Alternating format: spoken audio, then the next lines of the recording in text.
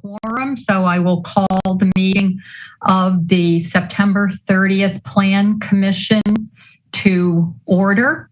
And I will ask our technical facilitator to give us a few words. Thank you. Welcome to our virtual meeting. If you lose connection at any point during the meeting, you can reconnect by clicking the link or calling the number in your original email. Members of the commission, if you're able, please activate your video and keep it on for the duration of the meeting. Staff, if you're able, please activate your video when you're speaking. In this meeting, panelists have the ability to mute and unmute themselves. Panelists also have the ability to add pronouns after their names if they choose. Please do not alter the current naming convention. Simply add text after your name. Please use the raise hand feature when you'd like to be recognized to speak, ask questions, or request a roll call vote. Staff, please use the raise hand feature when you're asked a question. The chair will do their best to call on commission members in the order in which hands are raised. Lowering your hand will take you out of the queue. Members of the public who are registered to speak, the name you entered in Zoom must match the name you entered in registration. You will remain muted until called upon. Staff will tell you when your time is up. After speaking, a member of the body may ask you a question. If you need to share documentation with the commission, please send it to the email listed on today's agenda. Chair, the floor is yours. Okay, thank you very much. I don't believe that we have any public comment. Is that correct, Heather? Okay. Then the next item is disclosure. Sorry, Chair. I'm sorry, Chair. We do have one public comment. Okay. It's Catherine Pensack. Okay. From District 2, neither supporting nor opposing, but wishing to speak. Okay, great. It looks like Catherine is not with us in the attendees right now. Okay, thank you. If she does appear, maybe we can hear from her a bit later. Next is disclosures and recusals. Members of the body should make any required disclosures or recusals under the city's ethics code. Just to note, we will not be taking any action tonight on any items, just to put that in context. Are there any disclosures or recusals?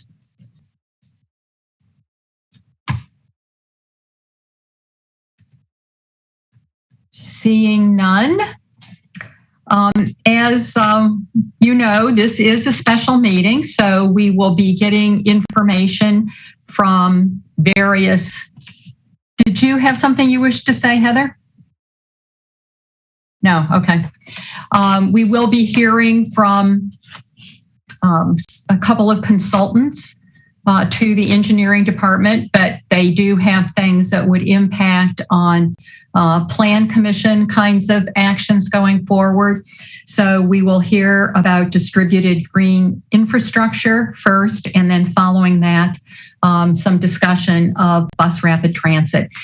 And we will be providing some comments and ideas, and we'll have an opportunity for discussion, but we'll also be learning from the presentations too. So before we get started, are there any questions? Seeing none, then I will turn the meeting over to JB Hines and Jim Bakuber to give us some information on the distributed green infrastructure. JB, are you the one who's going to be starting? Yeah. So long, Heather, any intro from you as staff? I just want to thank JB and Jim for being here. I know they've been working hard with our city's engineering division. Janet Schmidt is here from city engineering, and we've been lucky enough to have some of their expertise as we try to better align certain aspects of our zoning code with the stormwater regulations that engineering is moving into. And so we're trying to, break through our silos, work together, and make sure that these two very different parts of the ordinance are talking with each other, and that we're aligning them as best as possible. So a lot of what you'll hear tonight has to do with pretty specific aspects of the city's zoning code that relate to distributed green infrastructure. And we'll leave it to the experts to take it from here. Thanks so much. Thank you, Heather. JB? Yep. Thank you, Chair Zellers. And thank you, Heather. It has been really fantastic working with Heather and Matt and the team, and with Janet Schmidt, Greg Fries, and the team over at engineering, as well as with your city forester on this project. IT willing, this is always the fun part. We'll go ahead and get a presentation going for folks. And we will refer at points here to the handout that was sent with your packet, I understand. So let's make this go. All right, are we seeing a screen? Yes. Fantastic. It's always so exciting when it works. So as Heather graciously introduced, I'm Julie Beth Hines. Please call me JB. I am the principal and sole proprietor of Birchline Planning. I provide consulting services to municipalities throughout Wisconsin, in the Great Lakes, and also nationally. I am a former both AICP planning director. I had a position not dissimilar to Heather's in Northern New England, and have also run a stormwater utility. So I really try to straddle the worlds, working with allied professionals like Jim on where those intersections are between our land use regulations and water quality, particularly stormwater, and how we can really make those work together better. Jim, you want to go ahead and say hi?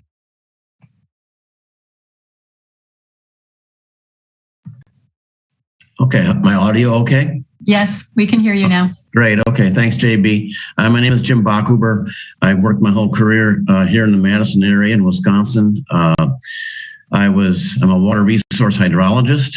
I spent my first part of my career, about 13 years, with the DNR in the water resource area, stormwater management, and the rest of my career was consulting in mainly in municipal stormwater management and compliance with stormwater regulatory permit requirements.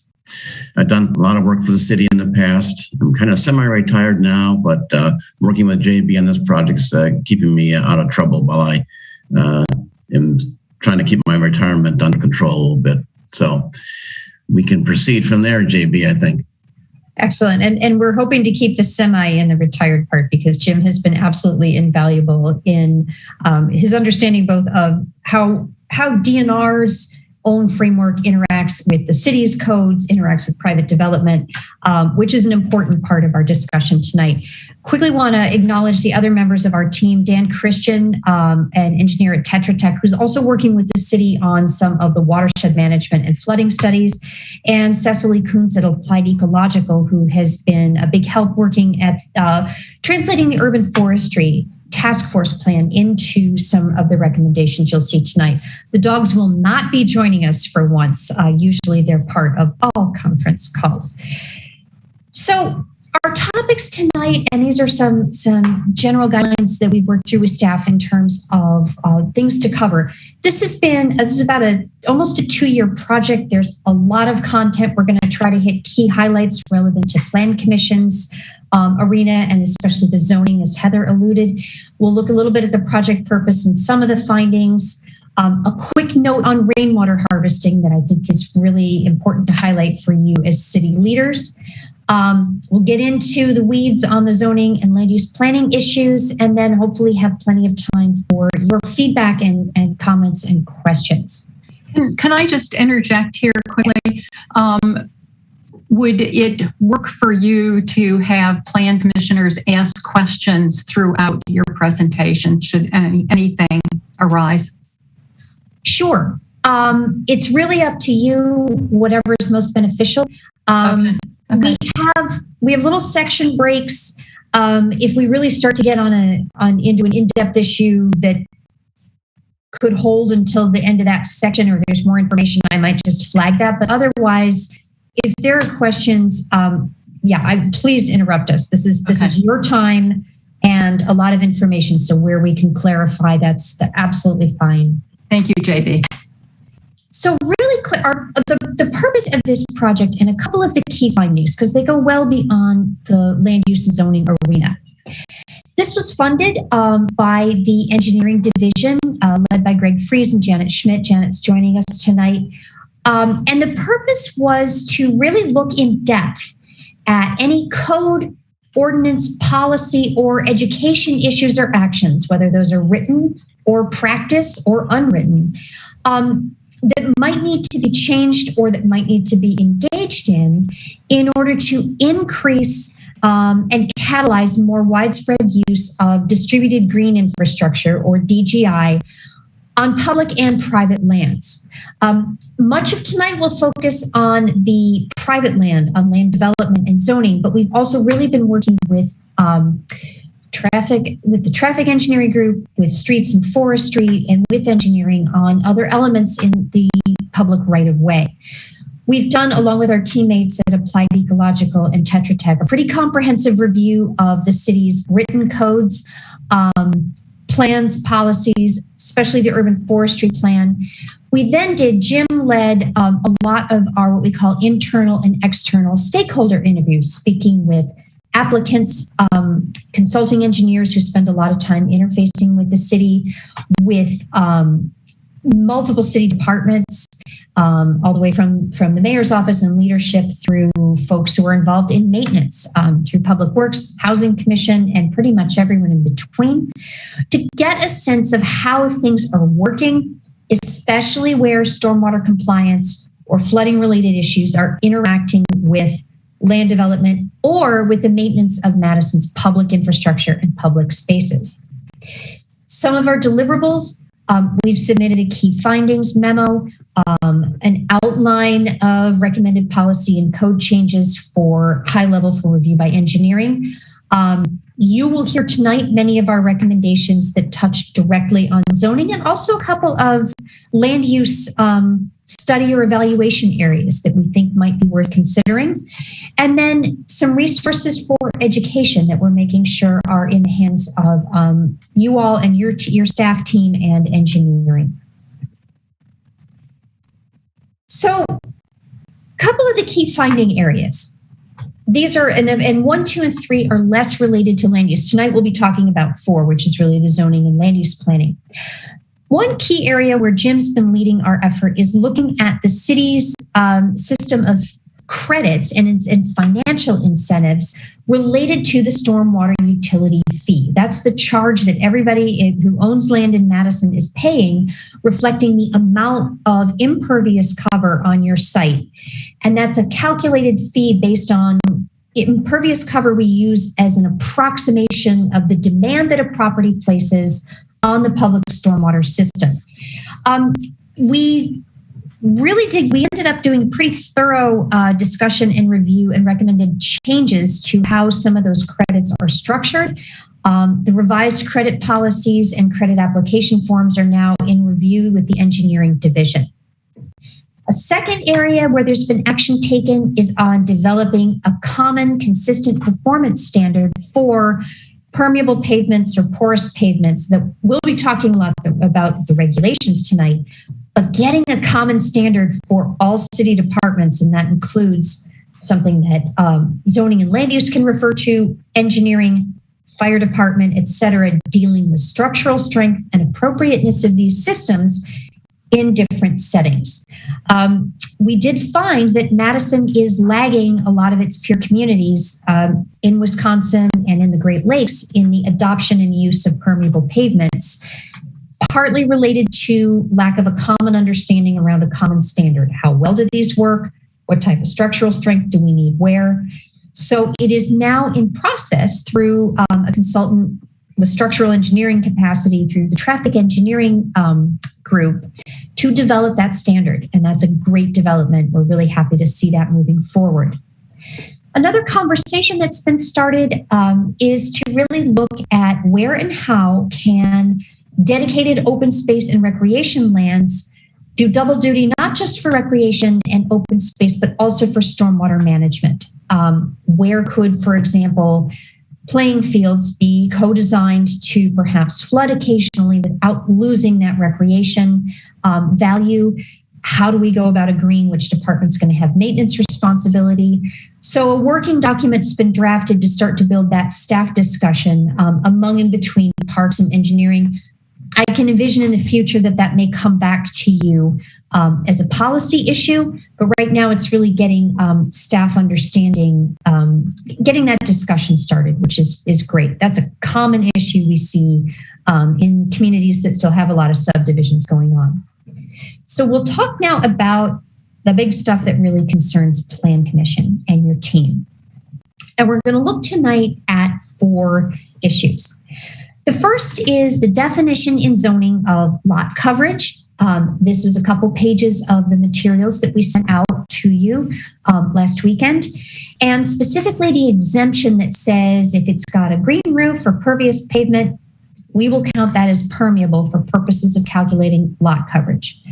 There's some conflicts with stormwater regulations and some places where getting a little bit more clarity could really help create an incentive for more different types of green infrastructure and probably get a little bit better clarity around where you do and perhaps do not want to allow a green roof or pervious pavement to be treated as pervious cover for purposes of that calculation. So we'll get into that. It's pretty technical, but right in the wheelhouse of a planning commission.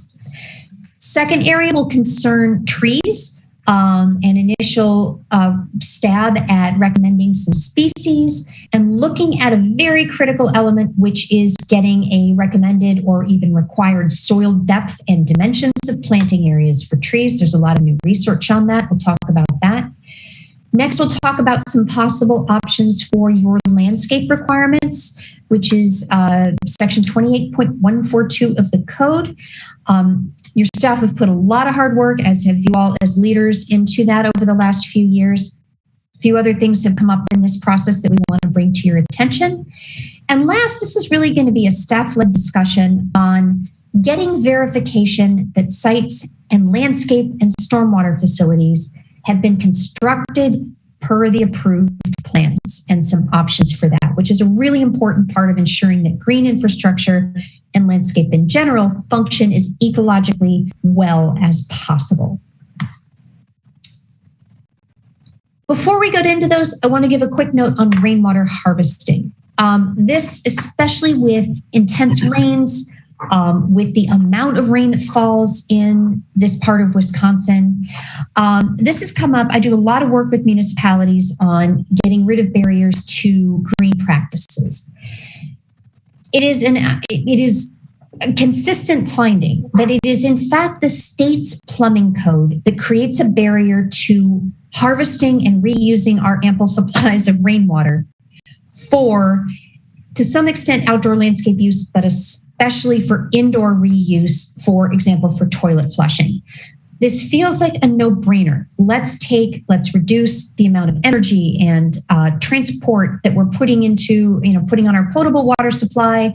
Let's harvest rainwater fit for purpose.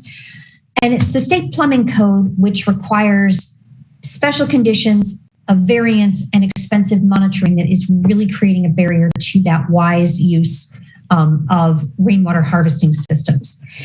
It's definitely a recommendation, and you've got leadership in Green Bay, Superior, Milwaukee, Port Washington, and other towns who would like to join, Wauwatosa, who would be happy to join on this one, to make some kind of joint appeal to revise that element of the state code through the Wisconsin League of Municipalities. And that's a discussion that leadership at the Milwaukee Metro Sewerage District would like to see happen, and many others. UW Milwaukee is another one that would really like to get that tackled.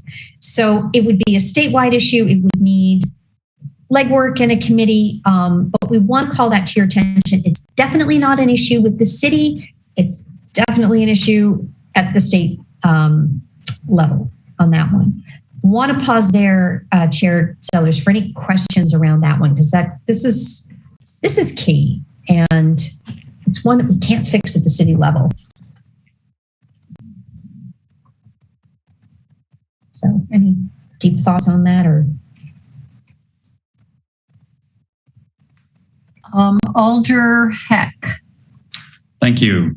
JB, this is probably a stupid question, but can you just give a brief explanation about how rainwater harvesting is implemented? Does it require all new plumbing system to your toilets for a whole different water system? And is that seen as an economic challenge? Sure. No, it's an excellent question. Indoor use of rainwater typically is implemented in new construction projects. Retrofitting is very expensive. The city of San Francisco now has a requirement for rainwater retrofits over a certain percent of building, and it takes a San Francisco level of property value to support that economically. We have seen your Old Brick Gardens in town did do a stormwater harvest for outdoor landscape system during that big renovation. That's a big money saver if you've got a lot of land to irrigate. That tends to be, it's easier to get that permit, but it's still a trip. It's a variance. It's a lot of consultant time. It's proving that you're going to meet a very stringent standard. UW-Milwaukee did indoor plumbing at a brand new facility that was part of getting a LEED certification that got them extra grant money. And it became viable, plus it was in a setting where they knew that they'd be able to manage the system effectively, that it was a real pain in the tuchus to get that permit. And that's when we see, why stand in the way of something that could have those other ancillary benefits. Thank you. I appreciate the explanation. Are there any other questions, comments from commissioners? I don't see any hands raised, so back to you, JB. All right. So now we'll get into some of the planning and zoning issues. And then again, these relate to the packet that was sent out for you in large part. The first topic concerns lot coverage. This is getting into the weeds. We had to make that joke of zoning. But it's a really critical part of incentivizing green infrastructure and making sure that there's continuity between the zoning, Chapter 28, and our stormwater regulations, Chapter 37. So the basic issue here is that 28.211, your zoning definition of lot coverage, exempts from total lot coverage sidewalks, which is pretty typical in a zoning code, but it also fully exempts green roofs, which are not defined in the zoning code, and it exempts pervious pavement. The definition of pervious pavement in zoning is different from the definition of pervious pavement in Chapter 37, the stormwater regs. And it also is inconsistent with Wisconsin's technical standard, which is pretty well established. Jim will walk us through that. And the fact is that what constitutes a pervious pavement in your zoning definition, what constitutes a green roof, you get really different animals and different performance with respect to stormwater management. And it's important to maintain some distinctions that relate to how much water is really being managed. So in your handout, side by side, we've got the zoning definition of lot coverage, which exempts sidewalks, pervious pavement, green roofs, and then decks. Decks being a different issue that isn't related to green infrastructure. 37.04 is the definition in your stormwater standards. And that talks about, where I've highlighted in red, that pervious pavement constructed in accordance with the state's technical standard is not considered a pervious surface for your stormwater fee or for calculating part of a required volume of stormwater if you're getting a stormwater permit for development or redevelopment. The definition also notes at the bottom that if a pervious pavement is constructed in accordance with that state standard, it may or may not meet the zoning code requirement. What we heard in our stakeholder interviews, there's a lot of ambiguity. It's not clear which counts or which doesn't. So what we wanted to do, and I'm going to turn this over to Jim in a second, is just highlight that there's room to get these definitions more aligned so that you don't disincentivize a pervious pavement system, but you make sure you make a distinction between something like a grasscrete that doesn't have an engineered system underneath it. And that there's definitely room to align these definitions between the two sections of the code. So, Jim, you want to go ahead and take it away on these guys? So, yeah, sure. Thanks, JB. I come from the, more of the stormwater side of things, the regulatory side. The cities has a stormwater permit, like I'm on. Yep. Like 250 odd other municipalities in Wisconsin, and their stormwater quality is regulated under these permits. And to adhere to these permits, to meet these permit requirements, there's a set of regulations and technical standards, et cetera, for stormwater management practices, a whole host of different practices. We're going to just talk about two of them tonight, this pervious pavement and later on the green roofs. So let me just the recommendation is to try to make these, the codes, 2811, 28211, and 3704 stormwater to better align. And I'll get into the nuances here. What we're looking at on this slide is the top example is a project that the city of Madison is in the middle of implementing, or has implemented. Now they're monitoring a series of green infrastructure management practices on the near west side, the Westmoreland area. And the top slide is pervious pavement, paver block in the street. The bottom slide is showing what's commonly called grasscrete, which is a lattice work with some kind of a material between the holes, but there's no substructure to that for enhancing infiltration. It may count as pervious in a zoning sense right now, but it's not functional from a stormwater management sense. And let's talk about that for a second. So I'll go to the next slide. I'll get a little wonky here. So in Wisconsin, we have the DNR has developed through a standard oversight council a set of technical standards for a variety of best management practices for stormwater. This one is the example for pervious pavement. What the point of this is that if you're going to approve pervious pavement as achieving a certain amount of pollution control, they have to meet certain criteria. Some of those criteria are an infiltration rate of 100 inches an hour on the initial, after initial construction. The grasscrete type surfaces do not achieve that. The design must meet industry standards for structural load-bearing requirements, and there's all kinds of technical stuff that revolve around that.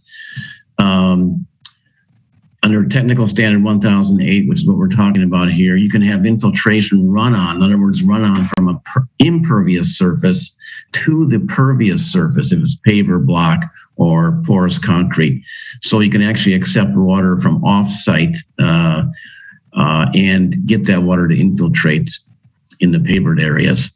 And then also key to this is that any of these practices that go in have to have a maintenance plan. These things do not work like anything else. They do not work without maintenance. They will fail unless you keep it from clogging, and that's an ongoing process. So, again, from a stormwater point of view, from the regulatory point of view, from a water quality, these practices are trying to achieve, infiltration, reduce stormwater pollution, reduce the volume of stormwater that leaves the site.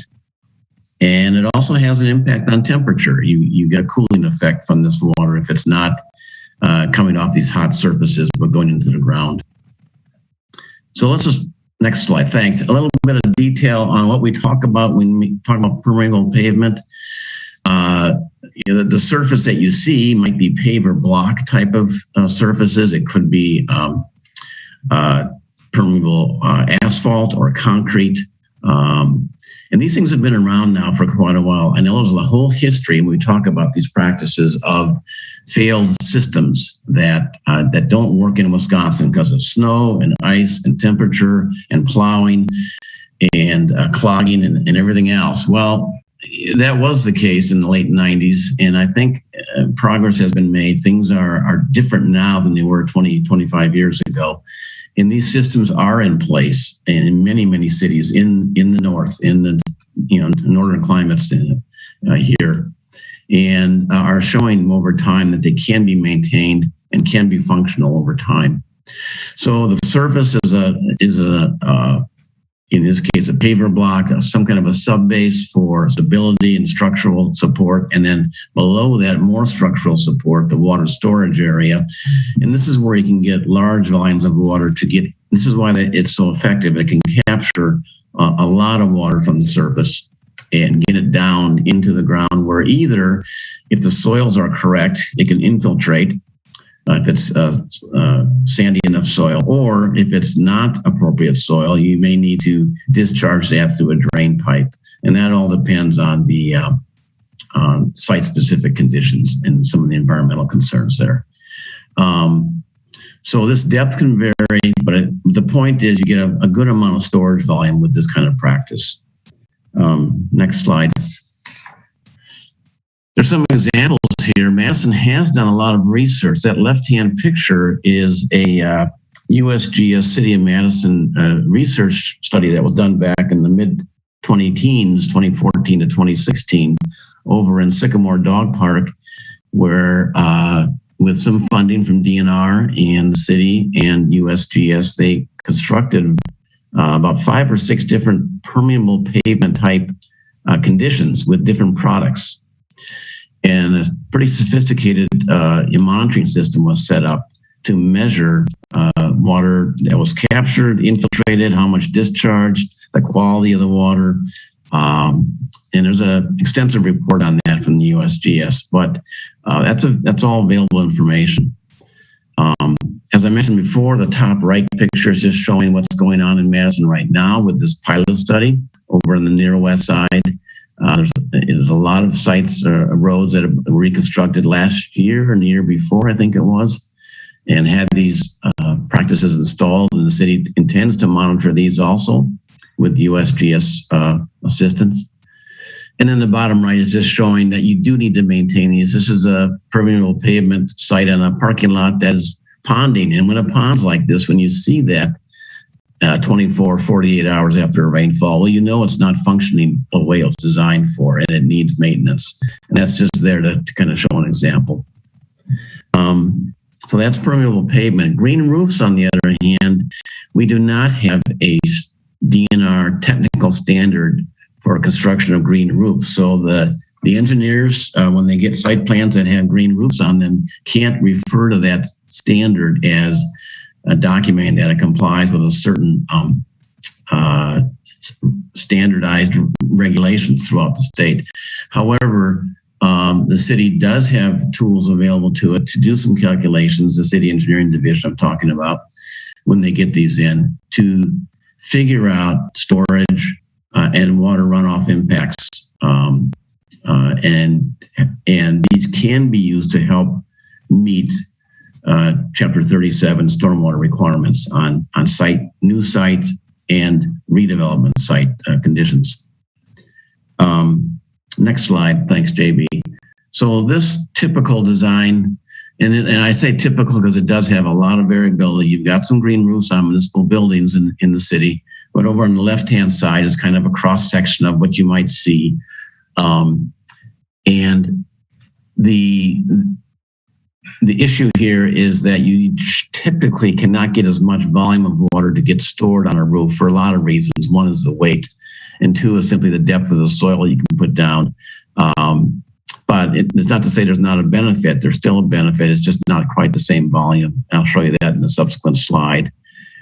We talk about green roofs being extensive and intensive, and it's not a black and white definition, but it's a continuum of green roof light, you might say, where you've got trays or plants out on trays on roofs that can provide some benefit, versus a more rigorous approach where you've got larger soil depths, more vegetation, and of course, along that comes greater structural issues with the roof and the loads and all that have to be designed in.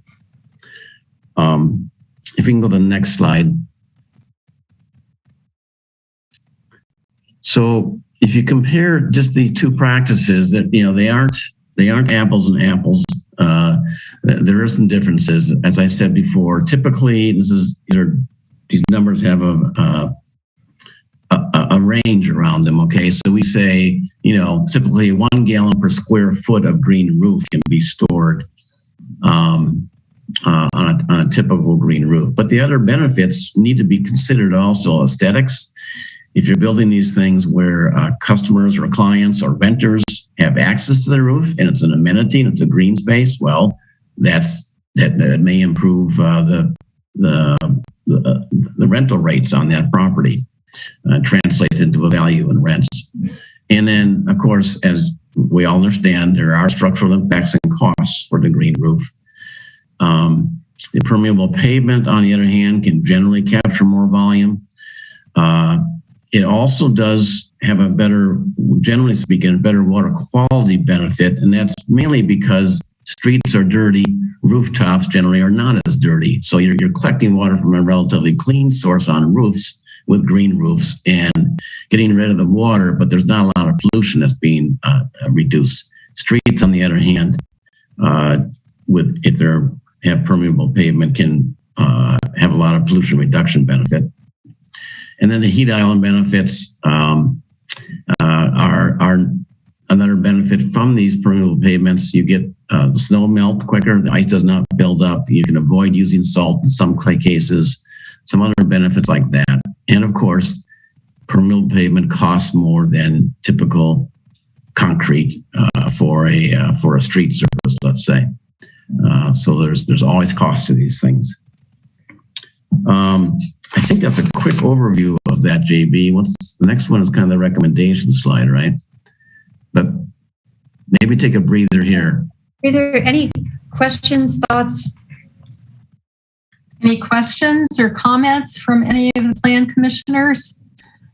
Tony. Yeah, thank you, Jim. This was tremendously helpful and educational. As I was reading the materials ahead of time, though, what occurred to me is that the green roof and permeable pavement standards that are in the zoning code are probably aimed at a different set of goals than the permeable pavement and green roof standards that are included in engineering or stormwater assessment kinds of things. In fact, if anything surprises me, it's finding out that green roofs are exempted from lot coverage, because I would think from a planning, and I have to disclose that I'm the newest plan commission member here, so I don't really have a tremendous amount of experience in this, but it seems like lot coverage really relates to the mass of the building, how it appears to a person walking on that site. Is there anything left of the property, or is it all building? And that's the reason why, from that standpoint, a sidewalk would be exempted, because a sidewalk is perceived as part of the, you could have a sidewalk in a park or anything else. It would be perceived as a utilitarian function of the open space. And so that the whether or not that sidewalk is permeable may not necessarily be relevant to the goals of in the planning ordinance regarding lot coverage. So that's, I don't know if that's a question or if that's something people have thought about, but it just seems like there's a kind of a different set of goals involved. Thank you, Commissioner Fernandez. I think that's an interesting and good observation. Any other comments or questions or comments in regard to Commissioner Fernandez? Matt Tucker. Sure, thanks. Commissioner Fernandez, thank you for that comment. Let me give you a little bit of shape about what lot coverage was intended to do when it was written into the zoning code back in like 2011, 2012, when we were working on it. It was not relating to bulk on buildings, which is kind of like the mass and size and scale of buildings. It was the first attempt from a sustainability perspective. It was one of the sustainability recommendations that came out of the subgroup that worked on that during the zoning code rewrite, to try and find a way to limit the amount of coverage on a lot by impermeable surfaces. They could include things like roofs and such, but would most often also include things like parking lots, driveways, any kind of surface level impervious surface. And it was the green roof was seen as a deduct. If you had a green roof, you were deducting because you were creating a place that rainwater could be caught and it could be used in some fashion other than a hard surface that it had to drain off of or dry off of.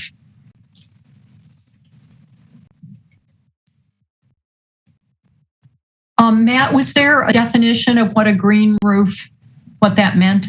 No. There was not. No.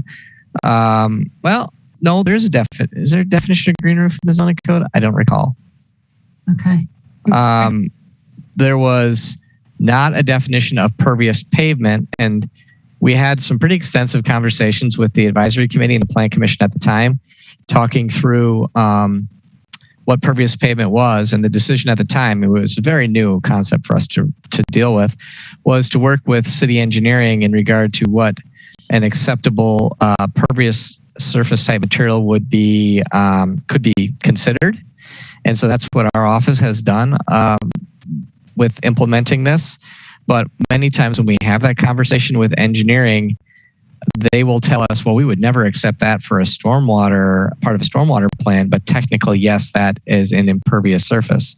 And I think everyone kind of walked away from those discussions kind of bummed out that we didn't get, I think, what we wanted to as much at the time, which was something that is actually functional from a stormwater perspective, not just something that happened to be impervious.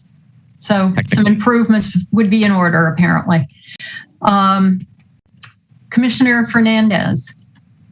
Yeah. So Matt, just to clarify though, and certainly not belabor this, but the requirements on lot coverage in 2011, you developed some exceptions to the lot coverage, but restrictions on lot coverage greatly predated that, right? And predated even the concept of green roofs or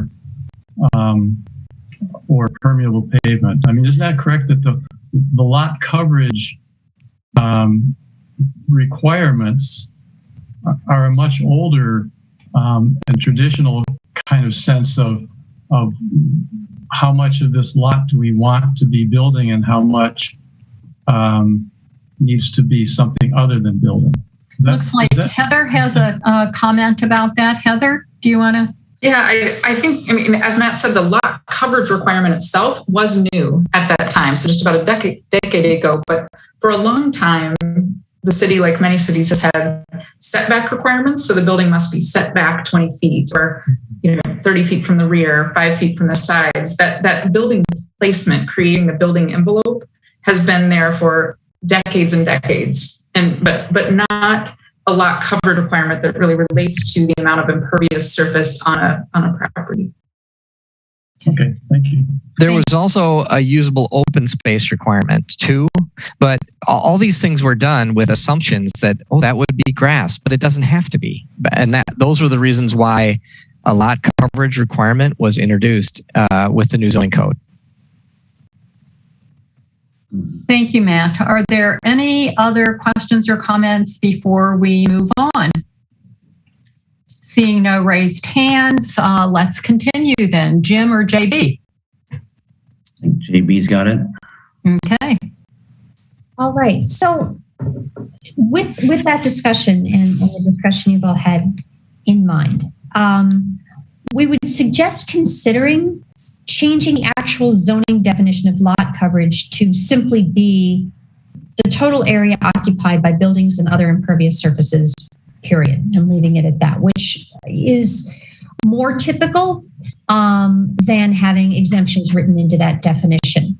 What that would let you do is sort of separate the critical issues of, you know, total impervious coverage as it relates to design that Matt and Heather were talking about, and then how does it relate to the other sustainability goals of reducing urban heat island, reducing stormwater runoff, helping to increase ecological function. You know, distributed green infrastructure has those potential upsides.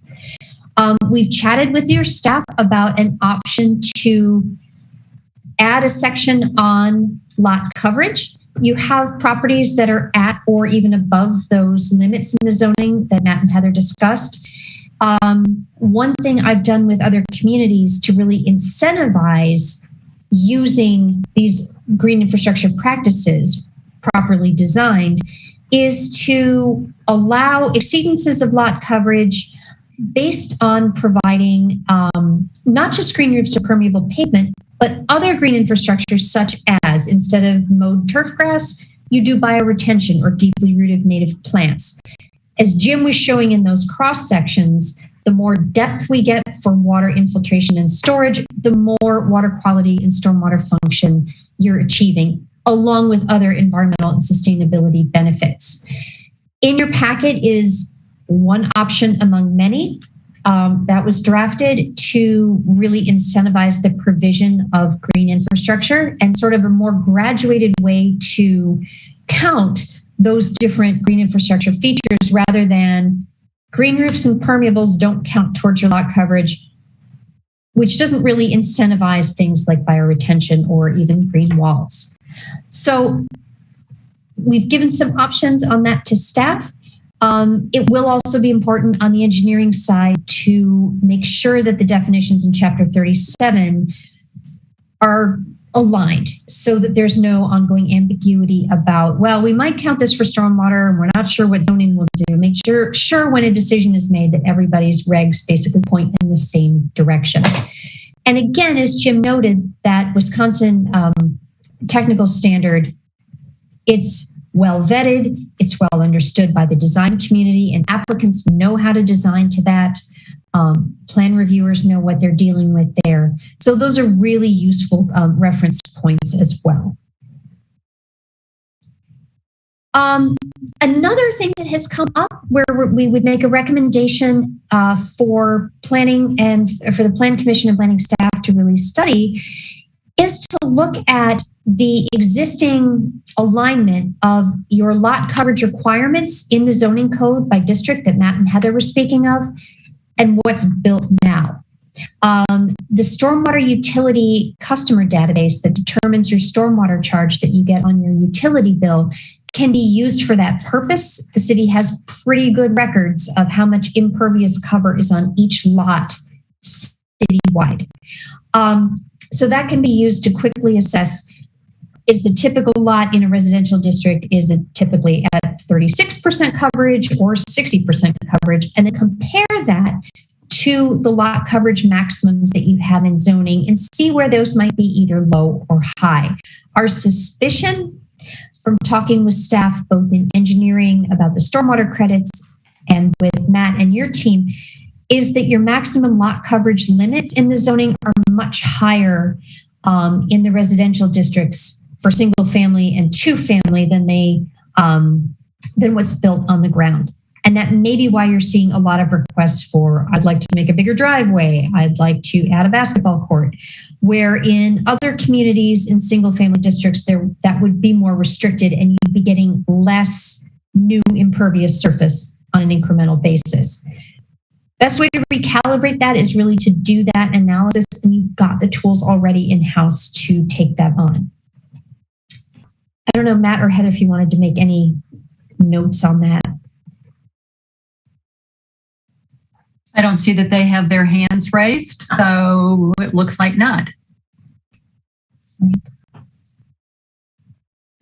Okay, so our next topic is on trees. I see. Yes, Alder Heck. Yeah, sorry, I wasn't sure if there was going to be a pause between topics, but I thought I'd go ahead and ask a question about the previous one, if that's all right. Sure, go ahead. In your last point about maximum lot coverage being perhaps too high, if we were to change that, yes, we might get more pervious surfaces, but we also could be, the trade-off is restricting the potential for housing, right? Yeah, I mean, possibly. It really relates, and it'll relate not only to coverage, but also in the residential district to setbacks, which when I've done these analyses, it depends. It can be the more controlling factor in some communities.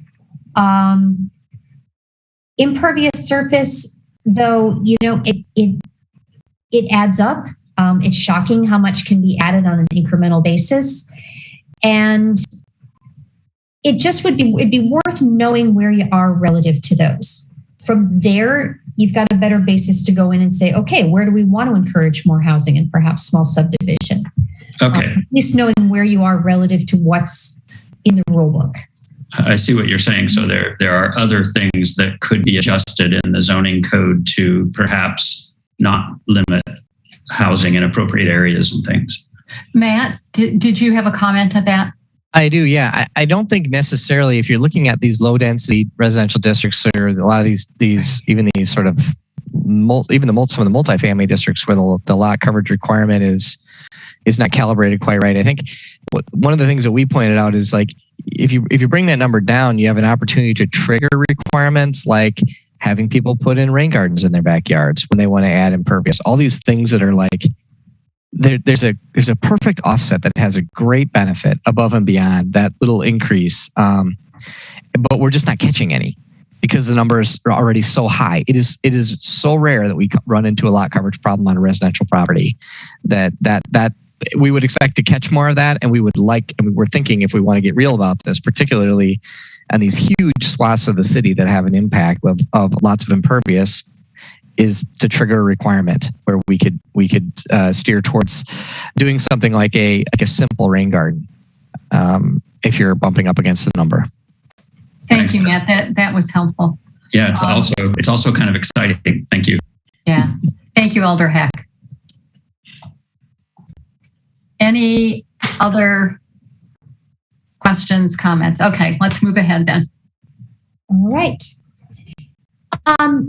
Trees end up being one of the most important focus areas. Anytime it seems like, I thought this was about stormwater. Why are we talking about trees? But of course, as you all know, tree canopy provides its own set of stormwater benefits, from canopy interception to deep infiltration.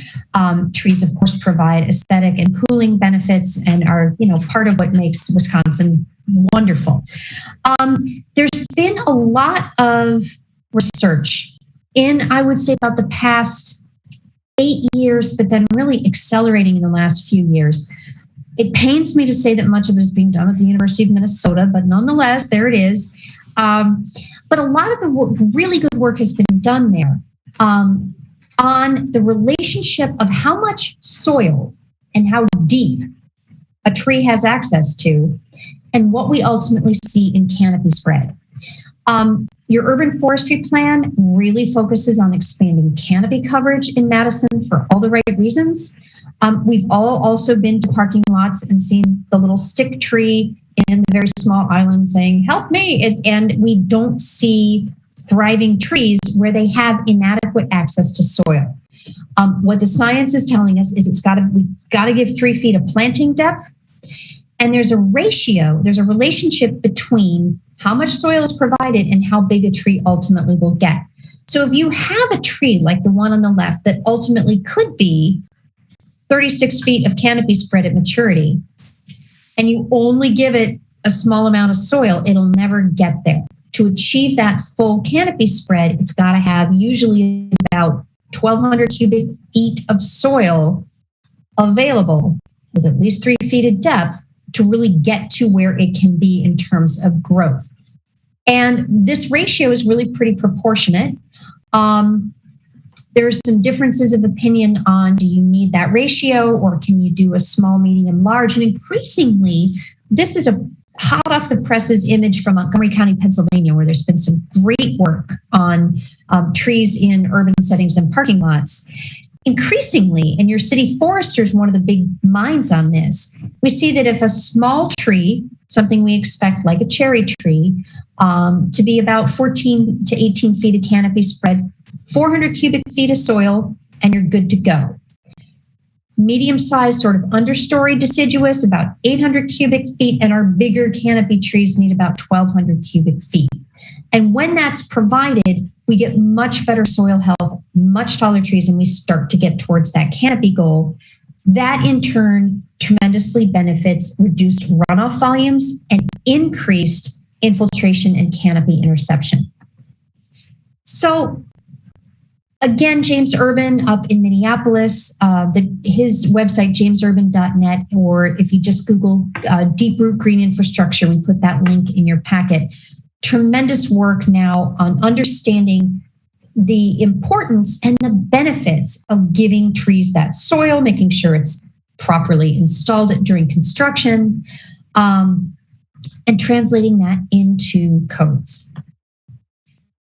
So what we've been up to really for over a year now is to have our team review the urban forestry plan, talk with your staff at great length, especially your city forester, talk with landscape architects who do work in the city, both on staff and then also who prepare development plans.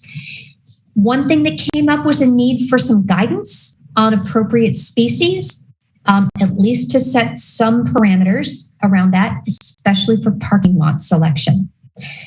So we worked with Marla Eddy, your city forester. We reviewed a lot of the research. We looked at a lot of peer cities' best practices, including a lot of hard work that's been done in the city of Milwaukee recently. And we came up with what you got in your packet, which was an initial recommended species list organized by ultimate size. Deciduous canopy, understory deciduous, and then smalls. Recognizing, I saw the Heather forwarded me some public comment that had come in that it did not include evergreens. That is correct. Generally speaking, this really applies to getting canopy trees. Evergreens are a little bit hardier, and it's a little bit less challenging to figure out how much soil is needed to get them to thrive. Based on that, we have developed some initial recommendations for staff regarding code changes. One would be an actual recommendation that the zoning require applicants to provide both the surface area and the depth for a minimum soil volume related to what size tree you're going to plant there. That would be a change. That would need to be required to be identified on all site plans. Another would be, understanding there still needs to be some refinement, a reference in the zoning to a list of recommended or preferred species. However, we would not recommend that that be you can only use these species, or you may not use anything that's not on this list. Rather, it's guidance. There's constant work on new cultivars. Trees are very site specific, but at least it would give some guidance in terms of tree species that at least your city forester and others have deemed good considerations for Madison. The third would be an actual zoning change, and this was part of your packet, to change your plant points table that says you get this many points for a canopy tree, this many for an ornamental tree, to reflect the emerging science on small, medium, large trees, and also to specifically allow and give points for green infrastructure practices, notably bioretention, but you could also think about things like green walls. And we also are going to suggest, and we've been working with Matt and Heather and the team on reviewing your requirements for minimum planting area size in parking lots, making sure that anything that goes into those parking lots is big enough to allow plant survival. And then again, as our last topic tonight, addressing construction verification, making sure there's some check and balance to say, yes, this was installed per the plan that we've approved. So the tree species list and the soil volume. Again, this is work that we've done with the city forester that has now been really brought to you and to your staff team as recommendations. Tree species and plant lists, I don't think there's too much that's more prone to, it can be really controversial. You get people with varying levels of knowledge, opinions, experience.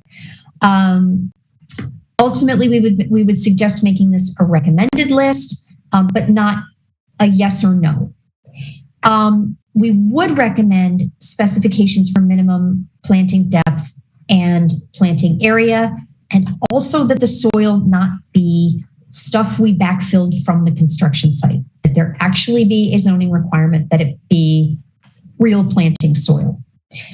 And then again, that the plant points table be looked at for opportunities to both integrate the tree science and integrate green infrastructure. And let me get to in two pieces here. Requiring a minimum 3-foot depth and a minimum surface area for planting trees, especially on private property, is not without cost implications for applicants. And of course, applicants can include the City of Madison for its own facilities. When you talk about what does it mean if we require a minimum soil volume, well, for a small tree, something that's expected to be 25 feet or less in height at maturity, 400 cubic feet of soil translates into 133 square feet of surface area. So basically smaller than your typical parking space, but close to that size. So you're asking developers laying out a parking lot or people redeveloping a site to allow a parking space per small tree. That's probably bigger than what they've necessarily been allowing for in the past. It does have a cost implication.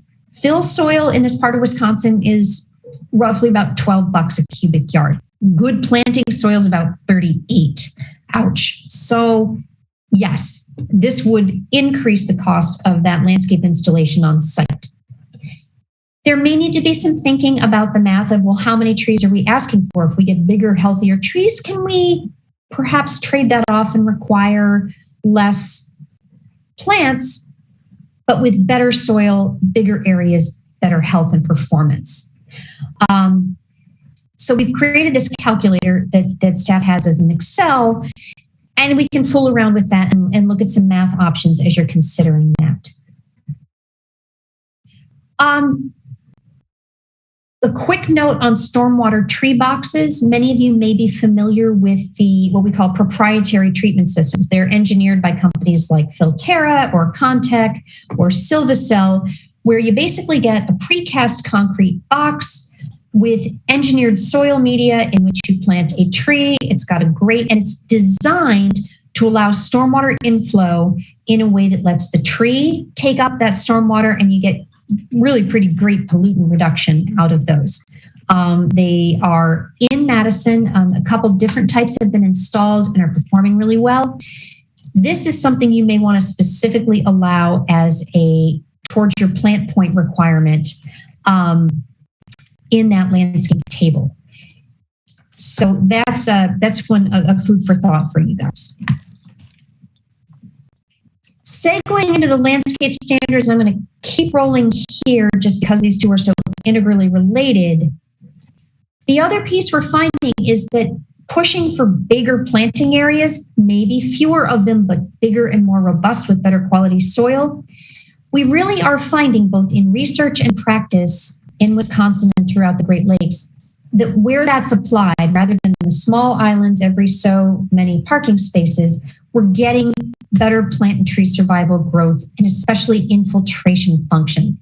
One of the main reasons, such a no-brainer, where does snow go when we plow the parking lot? It goes into the landscape features. Even if you tell the plow guys, please put it over there, you know it's going to get snowed on. You know there's going to be salt and gunk and leftover cups and coffee cups in it. That can reduce infiltration function over time. So where we get a bigger buffer on it, this is up in Superior, where they pretty much require some grass between the parking edge and the infiltration area. That can really help with water quality and function and survival of trees and plants. So it's kind of pointing us towards, let's do bigger, less bigger spaces, fewer bigger spaces rather than really small. Just some more images on that. Again, where you know you're going to have impact from parking, giving a little bit of buffer space, and often keeping the trees, trying not to cram the tree into a bioretention area also, because they will shade the plants and then we lose function too. So again, code considerations coming out of our project. Thinking about adding a requirement for tree types, again, by size and soil volume, requiring that soil volume and minimum planting area, substituting bioretention or deep-rooted planting instead of maybe so many shrubs, and then thinking about modifying those interior parking lots. And we've got a couple slides that staff can speak to. When I talk about the plant points, this is getting really into the technical weeds of the zoning code, but right now, developers have to meet a certain number of points. An overstory deciduous tree gets 35, and ornamental grass or a hosta gets 2 points. And this is a very, very typical approach throughout Wisconsin and much of the Great Lakes. We're in the middle of overhauling the ordinance for the city of Franklin. And what's proposed there is to specifically put bioretention in as a way to meet your plant points requirement. Every 9 square feet of bioretention counts as a shrub. So what we're allowing is, okay, you're going to put fewer shrubs at the edge of the parking lot, but you can trade that off by doing bioretention. In this case, it has to meet that Wisconsin DNR standard that Jim spoke about earlier. We'll also probably get into tree boxes in this table too. This was an early version of that draft. But the idea is to make sure that your applicants who are doing their site design have the full range of green infrastructure, that it's going to count toward that table. And today that's not built into your ordinance. A quick why that matters. Another thing we've been doing in the Milwaukee MSD area is actually saying, what if we change the code? What if we had a different landscape plan, or we use permeable pavement? Does that actually matter for water quality? Do we actually reduce the stormwater by enough to make it worth the effort to do this? This is another example from Franklin where if we did that code change and bioretention could substitute for shrubs, what happens to the water quality that we get? And it's run through a model called WindSlam, with which Jim is exceedingly familiar. It's basically Wisconsin's, how do we figure out how much stormwater do we need to manage? So if in fact we made that code change and doing this hypothetical redevelopment of the library site with a building addition, swapping out bioretention for required shrubs would actually decrease the volume of water coming off that site by 10% and the sediment by 31%. Bioretention is great for getting sediment out of stormwater. So it really does matter. And we found this, we've modeled probably 36 of these now, and one was built not too long ago up in Whitefish Bay. Making these landscape changes materially benefits how much water gets managed on site and how much sediment gets into the storm sewer system.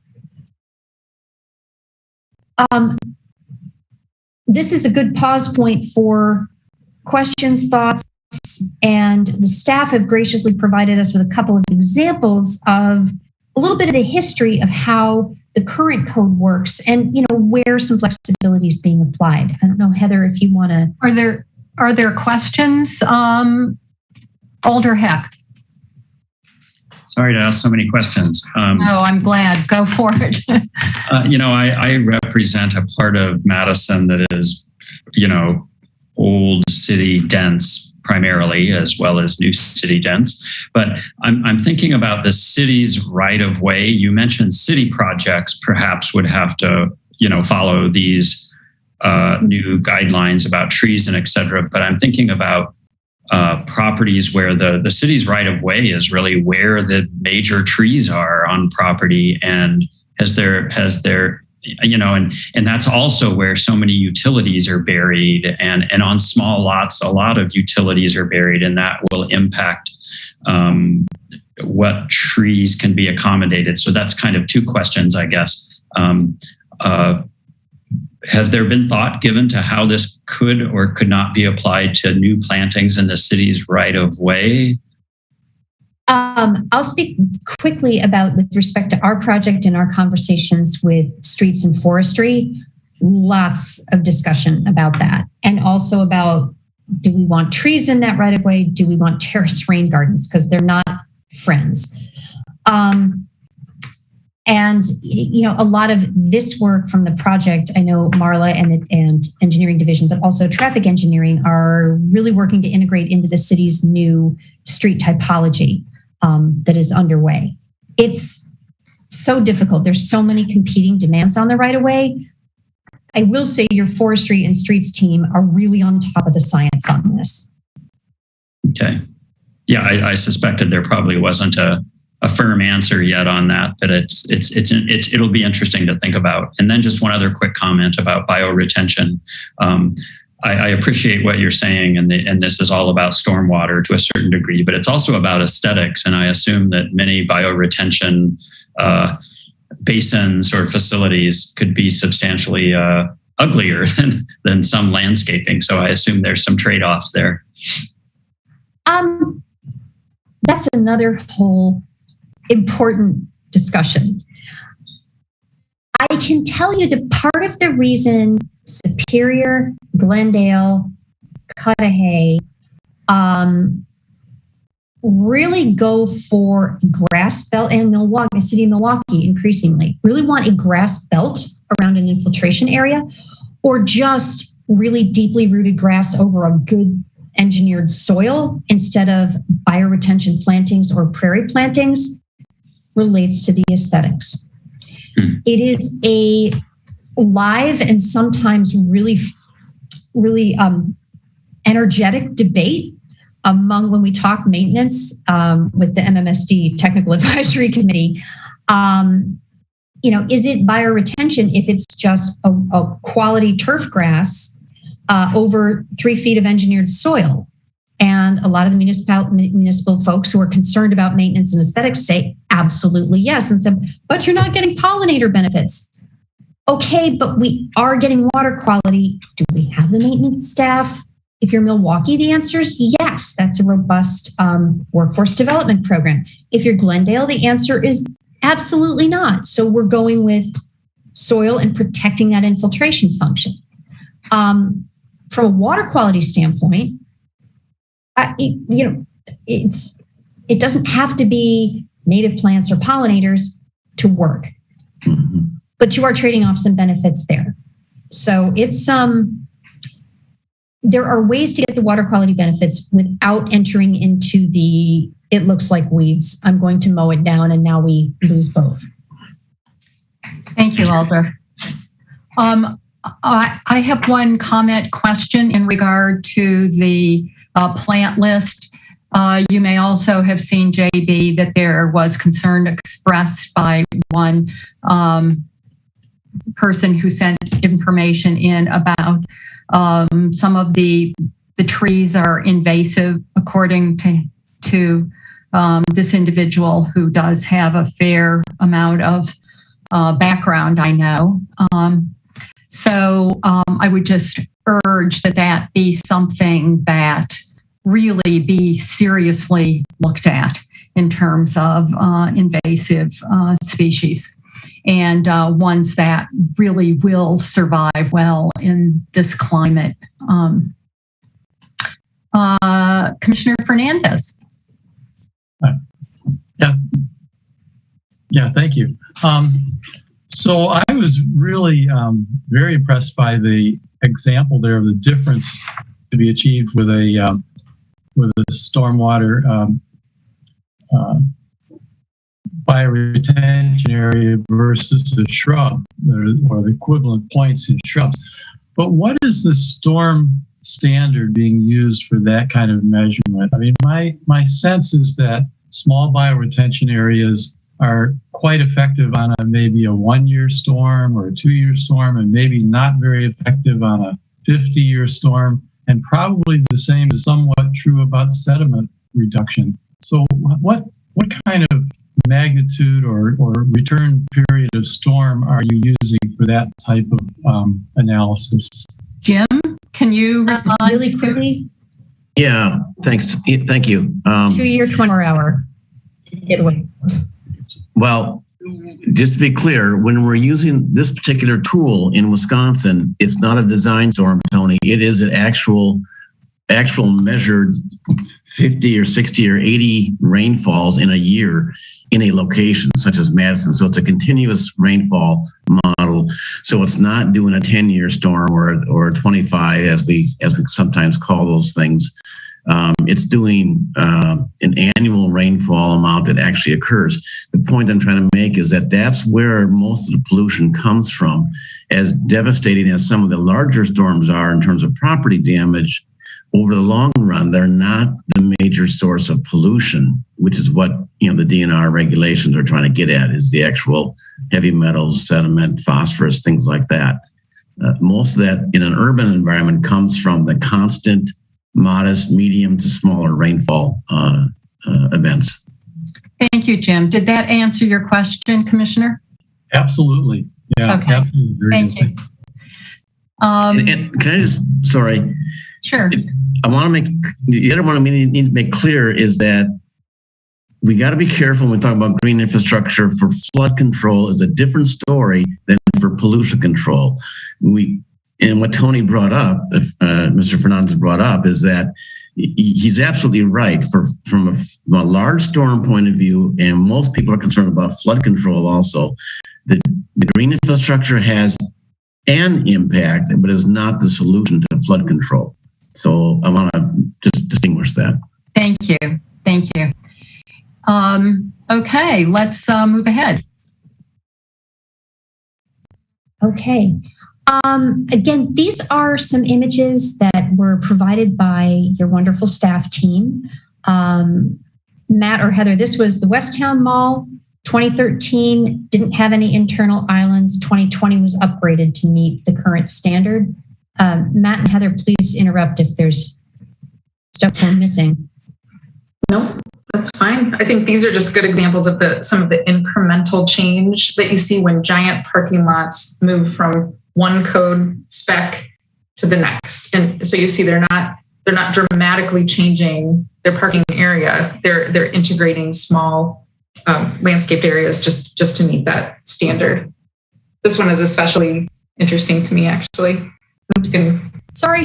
The last one. No, that's okay. You can see the shadow, the different pavement color from where the old islands were on the east side. They just made very slight changes to meet the current code in 2020. And then I think the next one is another really good example of when you're starting from scratch. Our current landscape standards do offer multiple ways forward. You don't have to have islands every 12 stalls. Instead, you can do these larger bars between parking rows. And, if you have questions on it, I'm sure Matt can go into it in more detail. But I think some of the newer construction, like this on the far east side of the city, this is much, much more common when they're not involved in retrofitting an existing parking lot. Yep. Okay, thank you, Heather.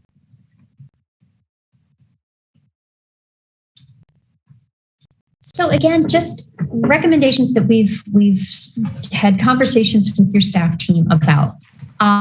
If you're going to put a tree in, really consider a minimum island size and increase that minimum based on that calculator if you're going to get a bigger tree. Again, there's flexibility. You have a lot of flexibility and staff that can handle that in terms of how those landscape islands get done, but making sure that a tree is going to get adequate soil volume, adequate size, will protect the ecological function of whatever is planted there.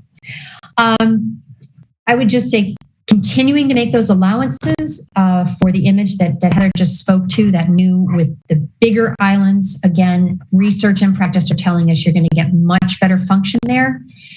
And then the other piece that is critical takes us into our last topic on for tonight, which is ensuring that what's approved is what's installed and built, which is really essential to, does the green infrastructure work and survive and do its job over the long haul? Or do we put it in and then it ends up in a PowerPoint that Jim Bakuber or Julie Beth Hines gives at some conference? It is a fact that, especially in Southeast Wisconsin, where the early investments in green infrastructure really fell apart, it was largely an issue of, was it built, were the plans prepared according to a good technical standard, but it was especially, did the folks in the field put in the stuff that was supposed to be there? Who knows what's missing in this picture of porous asphalt at the edge of a bioretention in Mequon? Bakuber doesn't count. What did somebody on the construction crew forget? And any of us who've done home renovations during COVID, this is probably hitting a little too close, especially me. There's a header strip missing, so the pavement doesn't ravel and end up in the bottom of the bioretention facility. A lot, when we put these green infrastructure practices out there, green roofs and porous pavements especially, a lot can go wrong in the field. So making sure that some responsible professional is verifying things like the soil quality for the tree, its depth, the plantings. Often with green infrastructure, especially bioretention, they have to be sequenced. You can't project in Bayside, plant them in the middle of a sequence of really heavy storms because you wanted to meet the deadline, and then they all end up at the bottom of the ditch in the storm sewer. That doesn't help anybody. So here is a case where your planning staff, your zoning staff, your engineering staff have an overlapping interest in making sure that there's some check that stuff is getting built according to the plan. We've offered up, just as food for thought, a big range of options from peer communities, different ways to address this, and had some great conversation with staff. I'm going to let Janet chat a bit about what engineering does in terms of verifying that stormwater systems are built according to plan and what their enforcement authority are. Matt's then going to share some perspective from zoning standpoint, and we'll talk about, hopefully, about what some good options are for moving forward. So Janet, you are up. All right, thank you, JB. Can everybody hear me okay? Yes, that's fine. So do you want to tell a little bit about who you are, Janet? I'm not sure everybody knows. Sure. I'm Janet Schmidt. I've been with the city for probably going on 25 years. I've had different roles in my tenure, but my current role is Principal Stormwater Engineer with the Engineering Division. So I will go through the slide basically and tell you what we do now. It might not be what the best way to handle this is, but this is currently our practice. So as JB and Jim mentioned, we have our regulations that help back us up for enforcement. We have our Chapter 37, which is the Stormwater and Erosion Control Ordinance. And then we also have our MS4 permit, which is the permit that Jim spoke about earlier that regulates the stormwater quality and discharge for the city and other municipalities around the state. What we do now, there's kind of two, I'll break this out into kind of two different types. So for post-construction inspection, for what I'll call a single site or zoning specific lot. So this could be like a specific building that goes up on its own lot versus maybe a multifamily subdivision. So for the single site reviews, generally we'll review the plans in-house, we'll give them our recommendations, make sure that all their engineering works and all their reporting and modeling works. But unless there's something that's really critical in their design, maybe there's a issue with they can barely meet their requirements, or something very critical in their design, we want to make sure it's constructed correctly. Also, it could have negative impacts on the site. We typically don't inspect those. We do get complaints that are sent our way. You know, maybe something is falling into disrepair. It looks ugly. It's filled with scum. You know, can't you guys do something about this? When we go out, we'll look at those. We'll dig out all the things that they're supposed to do, and then we can cite them for that. So with these single lot developments, for anything that has an improvement, and I do appreciate that JB mentioned in the little blue banner that this is not Madison, so that is very poorly constructed or executed, whatever that was supposed to be. So we will have the developers enter into these maintenance agreements, and these are agreements that are they're notarized, they're recorded at the Register of Deeds, and they run with the land. And in these maintenance agreements, it tells what the improvement was that they needed to meet their stormwater quality requirements, how they're supposed to maintain it over time, and then that they're supposed to review these annually and provide certifications that they're maintaining them. And if they aren't maintaining them or they're not functioning correctly, then they will go back and do a repair. And these certifications are supposed to be stamped by professional engineers, so they have a little bit of credibility behind them. And then we track those and we collect those on a yearly basis. So the second type would be maybe a multifamily subdivision. So this is what you see, Viridian type subdivision, where they might build a larger facility that's publicly dedicated. So it could be a pond, infiltration basin, that's always typical. Sometimes there's rain gardens or bioretention or things like that. Those are typically handed over to the city as public improvements.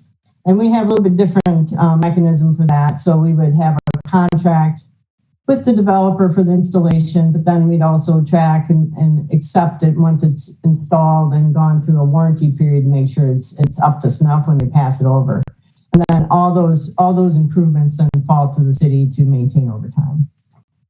So for enforcement, again, we don't actively go out and inspect these. It's a limitation on how much staff it would take to go out and annually inspect all these private installations. We do, however, inspect our own. So if there's installations maybe at a park or at a fire department or library, we do certifications against our own improvements. If there's an issue with it, if we found an issue with it, we can write orders and then basically order people to come in and make the repair, give them a time frame. If it's not done, we can cite them and we can write tickets, or we can, if those tickets go unpaid, we can charge it as a special charge against the tax rules. And these maintenance agreements also allow the city to come in and make the repairs. So if somebody's just like ignoring us, not doing their thing, we could come in, do what needs to be done to bring these up to standards, and then we can charge our staff time against them and charge the property owner. For the publicly dedicated stuff, that's all on us. So we have folks that have to go around. We recently have a couple new hires that specifically go around and look at our vegetation and in our stormwater facilities, and they're doing a great job. They help us manage it a lot better than we had historically. But then we'll work up plans for determining what we need to do to fix it and bring it back online so we can, report it back through the permitting. This all goes back to the permitting and how we report it back to meet our goals for the stormwater quality. Thank you, Janet. Are there any questions of Janet? Seeing none, let's move ahead. And no, that was not in Madison, that photo.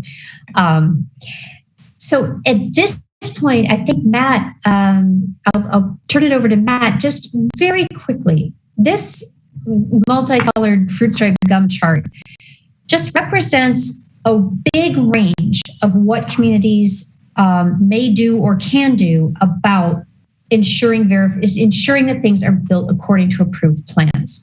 And the range, we did send out that example form from Lane County, Oregon, where basically the responsibility is on the professionals who have designed or provided construction oversight to say, yes, I was there and in my professional capacity, this was built as per the approved plans. That the only staff action on the public sector side is to make sure that both the professional and the property owner have signed it and that it gets in the file, but it does not impose anything else on staff. But you do have an additional check. You have some professional credibility on the line to say, yep, it went in per the approved plans. There are. I'm sorry. Oh, sorry. You go ahead. Just really quickly, there are communities that really hold a hard line on landscape and stormwater and other site improvements.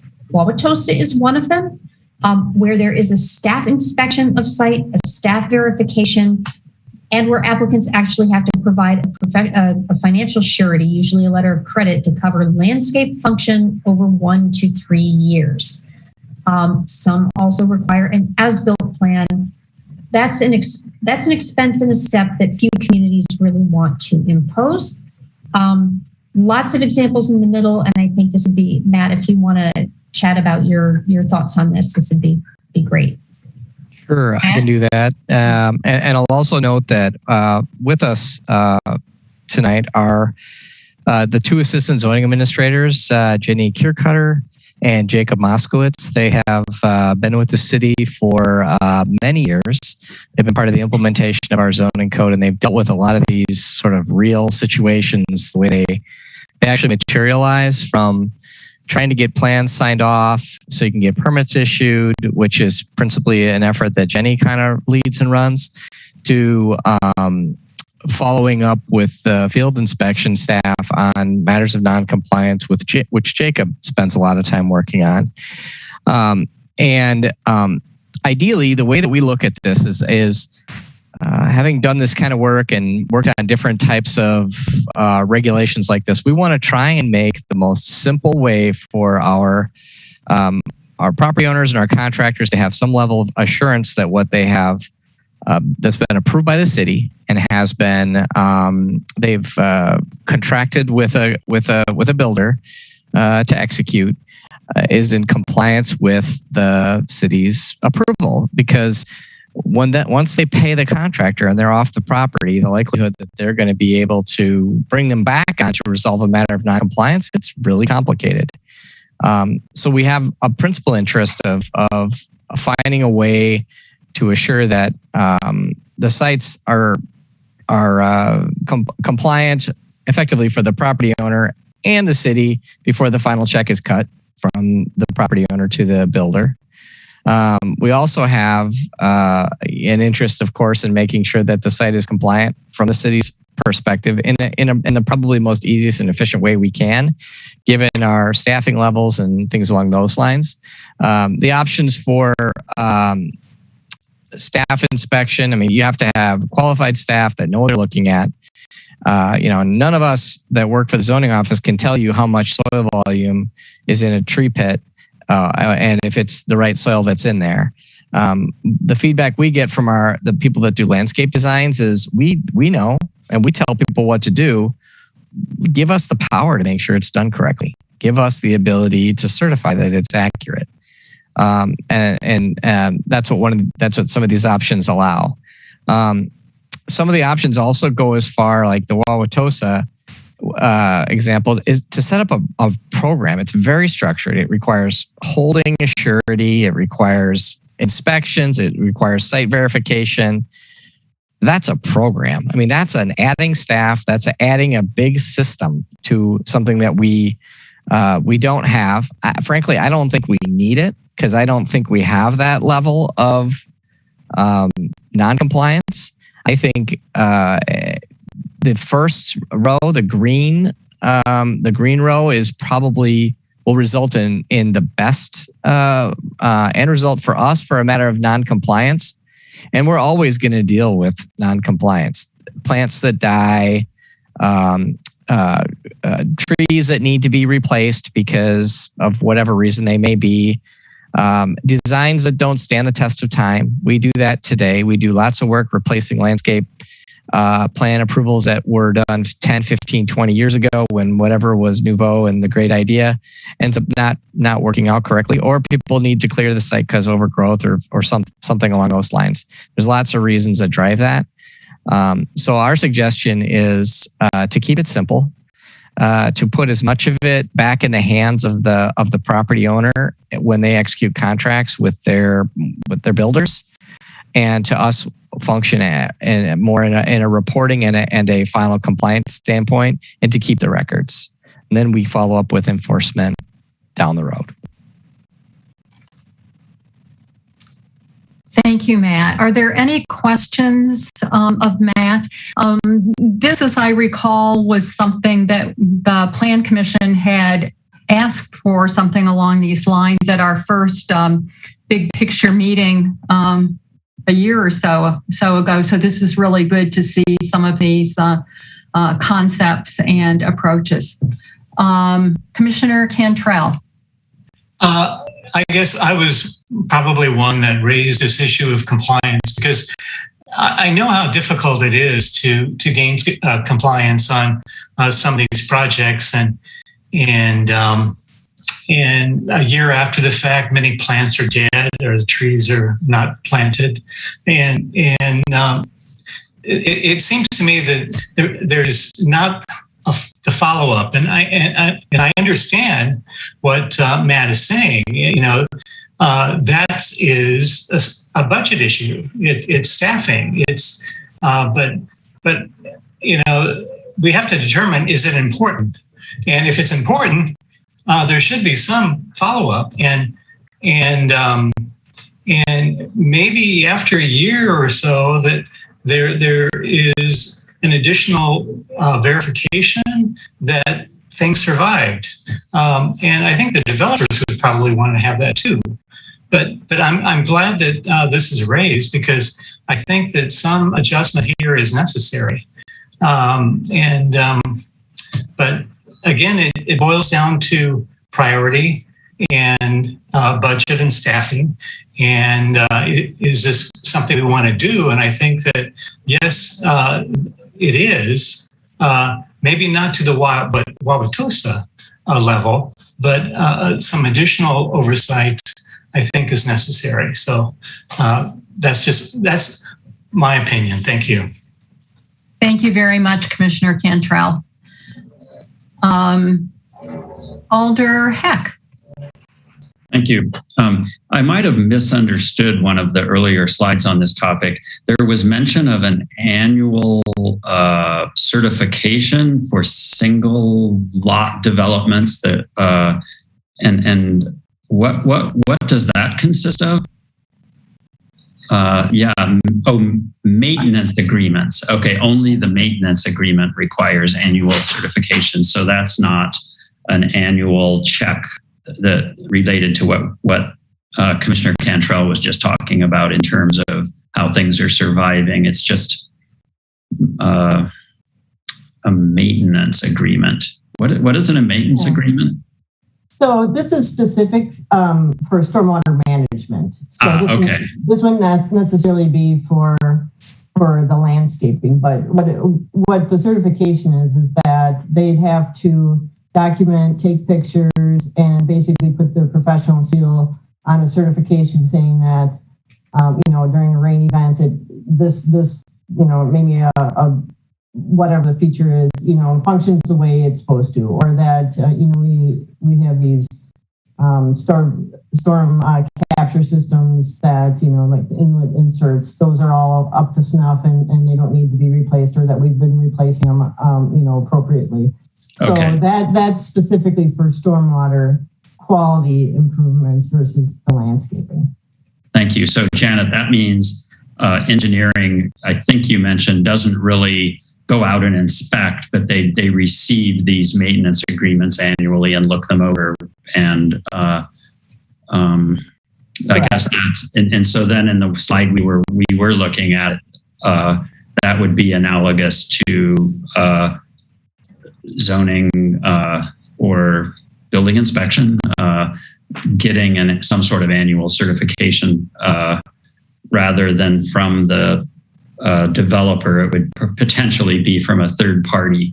And that's actually another question I was thinking about. I mean, Madison's a small town, and I think about professional certification as being has potential, but gosh, these are the same people whose salaries are basically paid by developers, and they'd be certifying the work, and everybody knows everybody. So I'm slightly skeptical of that, but I understand that would be has low staffing requirements. So I guess I kind of maybe agree with Commissioner Cantrell that something just a little bit stronger than that would be great if it was possible. Thanks. Okay, thank you, Alder Heck. Commissioner Solheim. Just a small comment on the next slide. I think there was mention of kind of like a financial deposit that some communities do. Just from my experience working in a variety of communities that have deposits for different items during construction, I would not be supportive of that. It's usually a pretty small amount, but getting it closed out and released at the end of a project is very time intensive, and I would think that is actually not worth staff time. I would rather have maybe an inspection and someone actually go out there, but taking the time to figure out when you can release $2,000 or something when you're trying to close out a project is usually more work than it is worth. Thank you, Commissioner. Thank you. Other comments or questions at this time?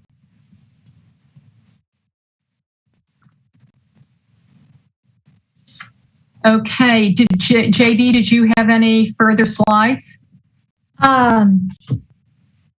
Just to ask for your feedback and comments and questions, and to say thank you very, very much for your time, and to engineering and to your whole staff for the opportunity to work on this wonderful project. Okay, thank you. But no, that's all the stuff we got for you. And if you could take your slides off then so everybody can see everybody, I would appreciate that. And I would ask for input and comment from commissioners. It's kind of hard to think back about all the issues that because we don't have a listing handy, but some of the things that it would be good to hear about is some of the ordinance changes that they had suggested on requiring better conditions to successfully grow trees in parking areas, planting point changes, and of course the verifying that things have been done appropriately. Then also some ideas or thoughts on consistency between engineering kinds of definitions and requirements with zoning, and less allowed lot coverage as a possible change. And Matt had commented that might help with them having trade-offs to have better stormwater management. So those are some of the ones that I noted down, but we don't have things in kind of a nice list. But I would like to hear from commissioners about what their thoughts are in regard to moving forward on some of these concepts that were presented.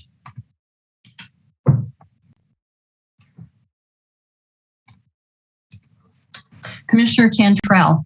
Well, everything that they presented, it seems to be very, reasonable, and just the coordination of and the definitions of usable open space, and the green roofs definition, and permeable pavement, that coordinating those, that should be done, and we should be addressing that. I thought that the information on the trees and the amount of soil and treatment of that, I thought was most interesting because, I live downtown, and Alder Heck is correct that a lot of the trees that we have downtown are in the terrace. And hopefully the city foresters are looking at that, because I walk around the Capitol Square all the time, and the trees around the Capitol Square, which are quite large, are dying. And it's like the second or third time that they've replaced those trees. So obviously they're not getting enough water, and the soil is not appropriate. So, that sort of thing, I'm sure that, the city forester is taking this information, and they're probably well ahead of it, and incorporating it to their treatment. But I think most of the stuff that they've talked about, I think that they should be bringing back and some sort of ordinance changes for us to evaluate. And again, the verification of landscape planting and I think should be done. There should be a program on that. Maybe not to the extent of Wauwatosa, but as Matt outlined, I think is necessary. And I understand that we're already doing some stormwater verification, which is ongoing right now. And maybe that should be increased somewhat. But I think the stuff that they raised, I think, is important and should be brought forward for changes as appropriate. Commissioner Cantrell, you said a couple of times, maybe not to the extent of Wauwatosa. Yeah. Can you elaborate why? I think that, again, the Wauwatosa level, and I'm sure that Matt can elaborate on this, would require such additional staffing needs and that we just would not be able to sustain it. Madison is such a much larger community, and we have much more vigorous development than Wauwatosa. So I don't think that level is necessary, but I do obviously believe that an increased level of oversight is necessary, and maybe putting that on the development community to verify it is the appropriate step. But I think that we need to do something there, because I think that we're missing out because a lot of the development that I see downtown, dead plantings aren't replaced. They're just ripped out and kind of mowed over, and no one ever complains about it because they don't realize that there was some plantings there. I realized it because I was part of the approval process, but that's what I think should be brought forward. Thank you. Thank you, Commissioner. Commissioner Spencer. Thank you. I just wanted to talk about pavement for a second. I appreciate the information about the permeable pavement, because I also see like the lattice type thing and think, oh, this is awesome. This is gonna, take care of the stormwater. So I appreciate that. And I do appreciate you addressing the snow removal as a roadblock to permeable pavement, because I hear that a lot, somewhat in my line of work. And so along the lines of like replacement, I'm assuming that the permeable pavement is used in places where there's not a lot of like car use, and so it's not going to degrade necessarily in the same way that like asphalt or concrete would pave. I don't know if there's like a deterioration model on permeable pavements, and is it worth looking into? And I don't know if you addressed it, but is it worth looking into like if something happens to a permeable surface, it cracks, it gets crushed by something, to make sure that it's replaced with another permeable surface, so it's not just kind of filled in with asphalt or whatever. JB, did you have some comments about that? I think I'm going to defer to Jim on that one. Okay, Jim. Well, a couple thoughts. You're right, Commissioner Spencer, that the paver blocks and the permeable pavement generally is not used on the driving lanes of streets and highways and whatnot, but you'll see them like you did in Madison in the parking areas where cars are just slowing down the park. or in parking lots where speeds again are slower and lower. So so they're not being recommended or used in high traffic areas as you suggested. And also don't forget that this applies to pedestrian plazas and whatnot too, not just vehicle areas. So there's plenty of applications for the various walking areas also. As far as replacement goes, that's totally up to the municipality. That's if it's in the right of way anyway. It's got to be their decision on how to repair and replace if there is some damage over time. Okay, thank you, Jim. And it looks like that Janet has something to add.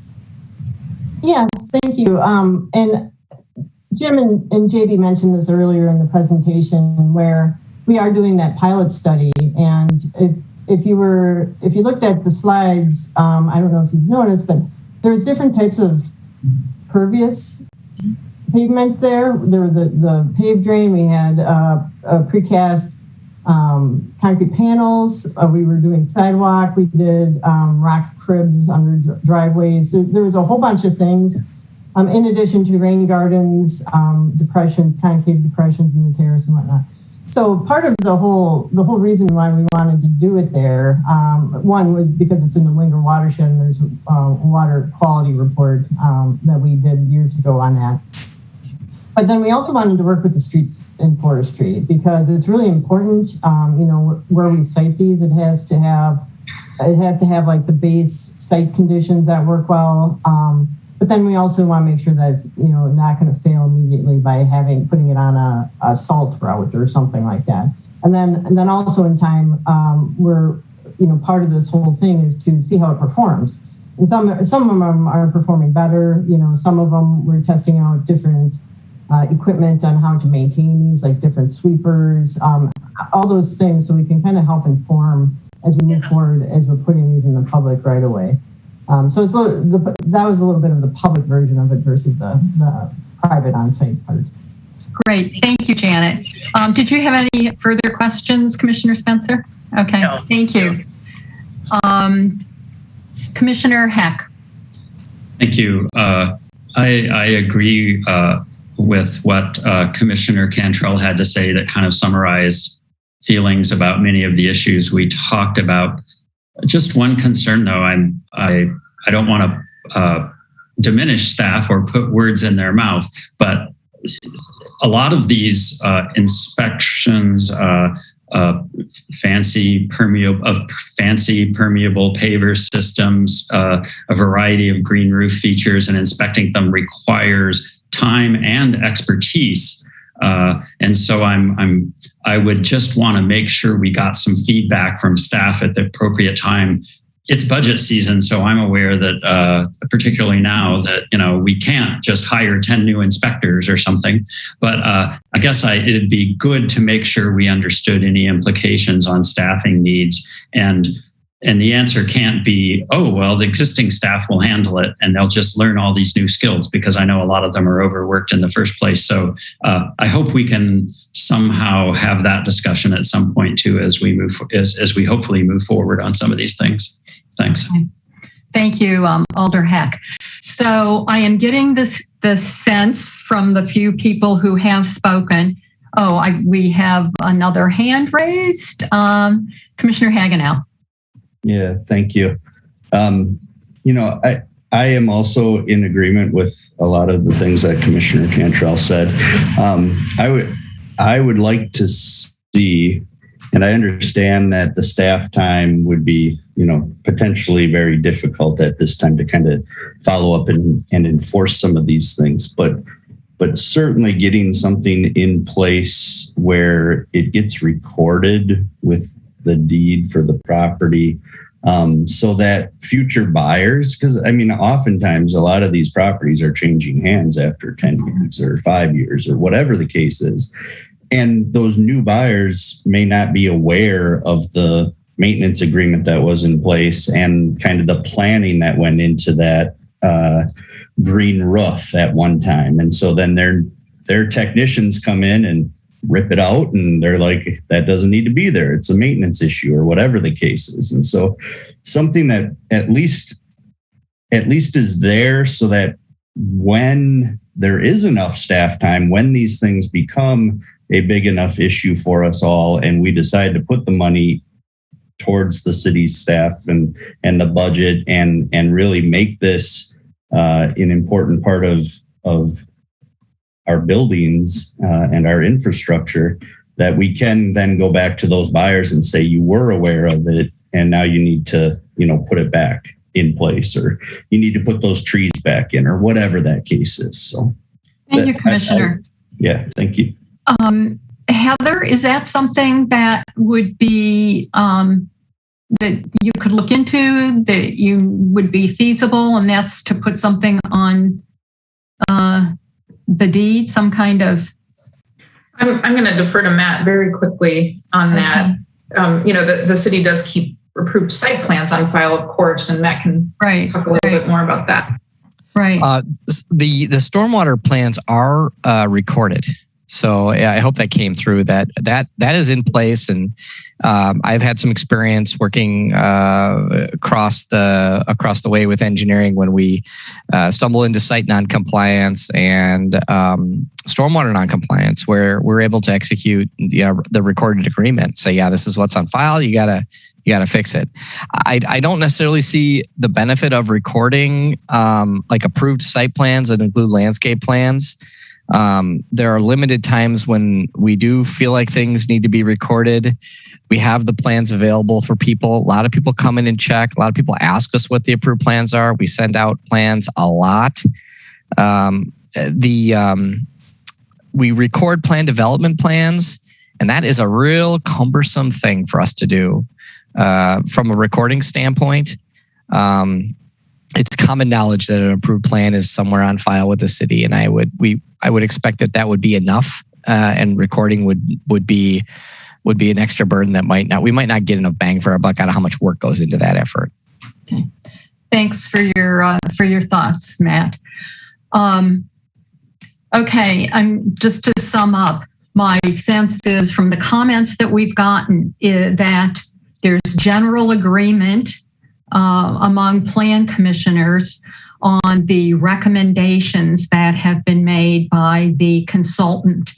If anyone disagrees with that brief summation, please raise your hand. Okay, then I would say thank you very much to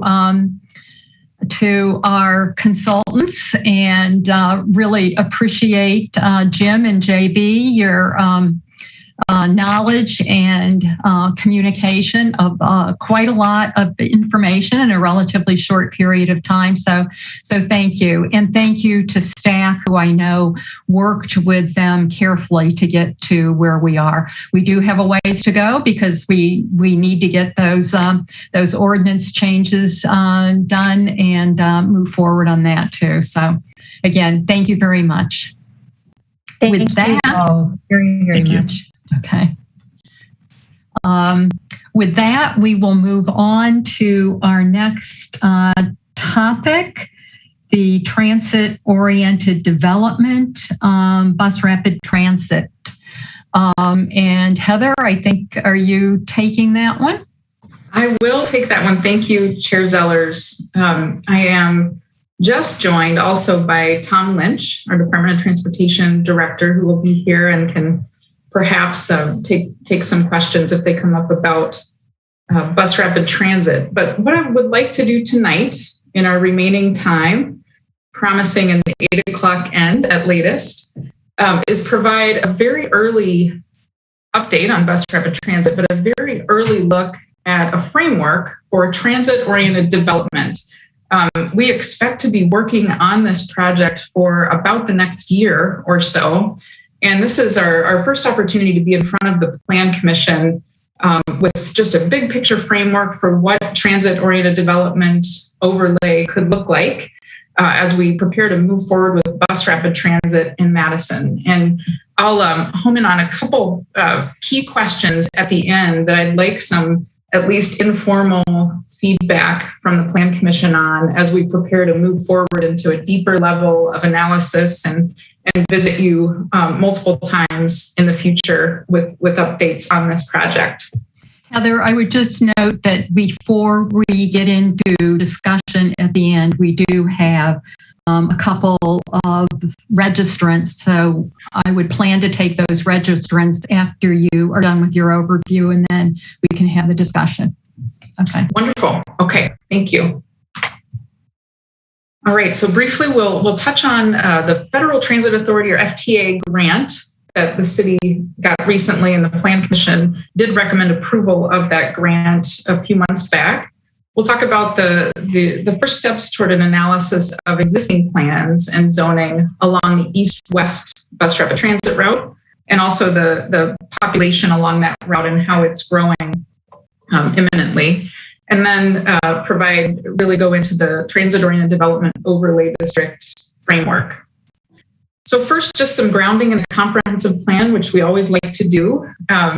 Transit-oriented development is certainly not a new idea. In fact, it exists in our code today, and we'll talk about that a little bit. But in 2018, when the comprehensive plan was adopted, Strategy 5, Action A explicitly recommends the implementation of a TOD overlay zoning along the bus rapid transit line. And it goes on to mention other existing and planned high-frequency transit service corridors to create things like development intensity minimums, reduce the parking requirements, and to support transit use overall. So that is the action straight from the comprehensive plan. Just a quick update on BRT. This is the approved, locally preferred alternative for our initial east-west route across the city. It's about 15.5 miles long and has 31 station areas in pairs, running from Junction Road on the city's far west side through the downtown, catching Madison College and running out past East Town Mall on the city's far northeast side. And roughly the timeline for this moving forward is that we'll focus on design in 2022, spend 2023 and 2024 on construction, and in late 24, the east-west route would become active. And I'll leave it there in case Tom wants to jump in with any changes to that overall schedule. I don't see that he has his hand raised, so let's move on. Okay. So the Federal Transit Authority, or FTA, grant that we received as a city is really for work that we already intended to do, but it's really going to help us to better coordinate among agencies along these lines. And we titled the grant proposal Enhanced Readiness for BRT in Madison, Supporting Inclusive Redevelopment Along the East-West BRT Route. So from the FTA's perspective, they have a strong, since they're funding transit systems across the country, they have a very strong interest in cities and regions working to promote the land uses that are really going to increase ridership and ultimate success of those transit routes. This is a relatively small grant, of course, in light of the much, much larger funding that they provide for the transit itself. But it's an important planning grant to really, in our case, we've done a lot of work on this already, but to bring us together across agencies and work to coordinate our efforts along the east-west BRT line. We obtained a grant for almost $300,000, committing a $100,000 local match, which again is it's a mix of staff time and blight studies done for TIF. So it's money that the city already intended to spend that's being utilized as our local match for this grant. And it was accepted by the council in July. And I just want to talk about the major components and then go into a little bit more about what the planning division will focus on. Three major components of the grant. In blue here, the items that the planning division will be lead on include the plan analysis. So analysis for existing plans and zoning, the development of the TOD overlay ordinance, which will take us, better course of the next year.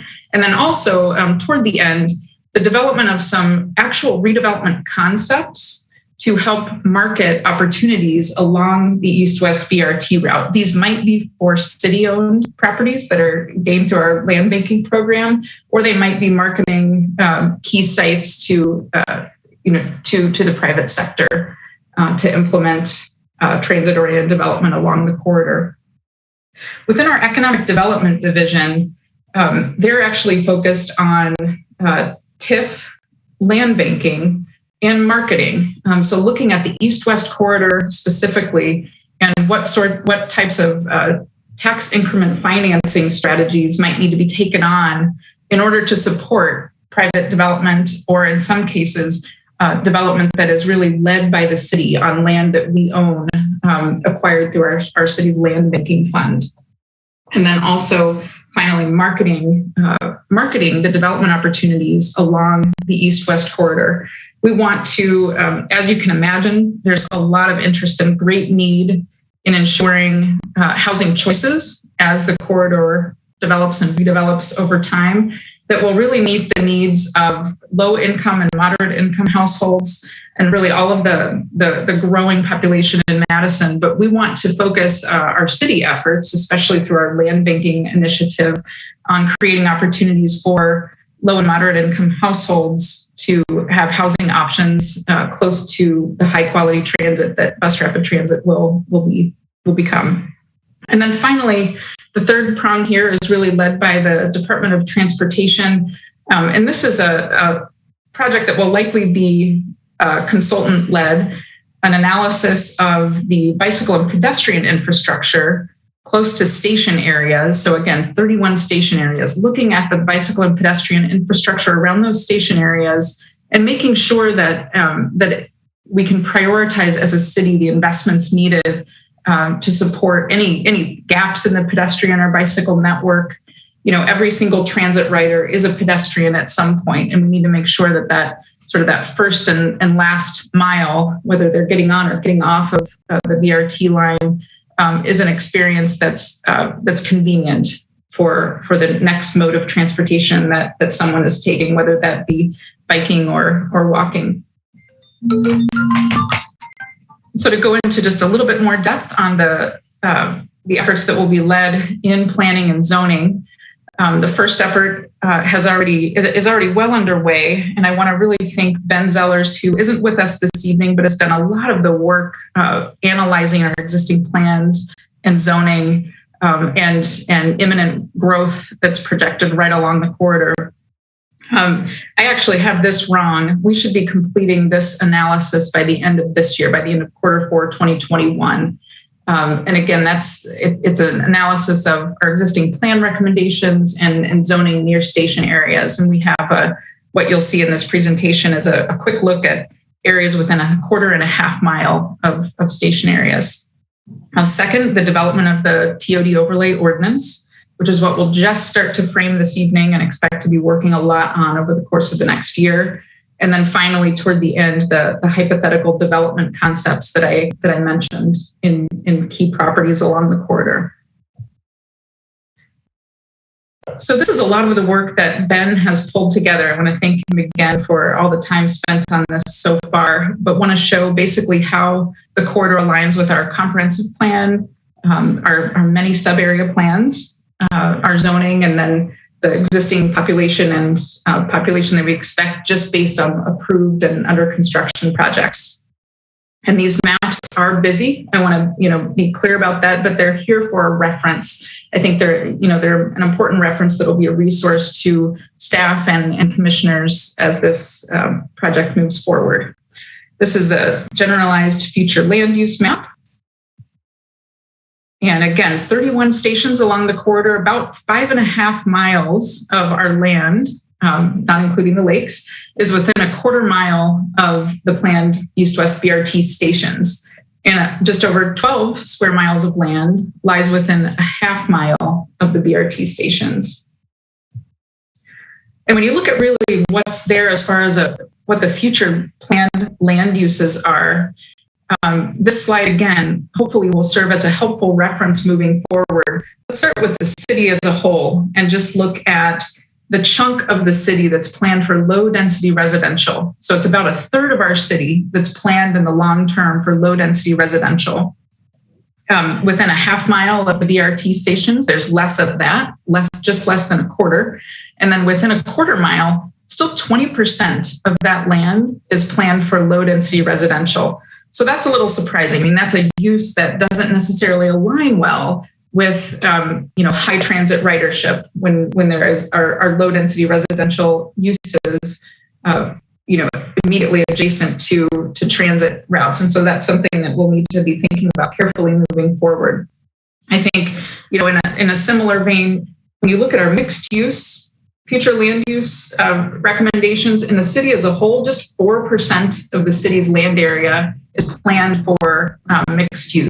And that understandably goes up significantly within a quarter and a half mile of the planned BRT stations. And so that's of course by design. We're trying to, as in the comp plan, as you're all very familiar with, we're trying to be able to support the transition of some of the auto-oriented areas, especially along transit corridors, into more mixed-use, walkable activity centers. And so understandably, a lot of that area along the east-west BRT route is planned for mixed use. Looking at our sub-area plans, and we've talked a lot about this as we approach a potential new planning framework for the future. So you won't be surprised to know that within a half mile of BRT stations, we have 37 different plans at this point that are on the books, adopted in different decades. And it's a very complex task to dig in through all of those plans and find the relevant land use recommendations. But Ben has done a great job of beginning that effort, and we'll continue that yet this year. And then finally, looking at the zoning, another very colorful reference map. This is just a look at the existing zoning districts along the 15.5-mile stretch of the east-west corridor. Here's a close-up of the Isthmus and East portion of the corridor, and then a close-up of the western portion.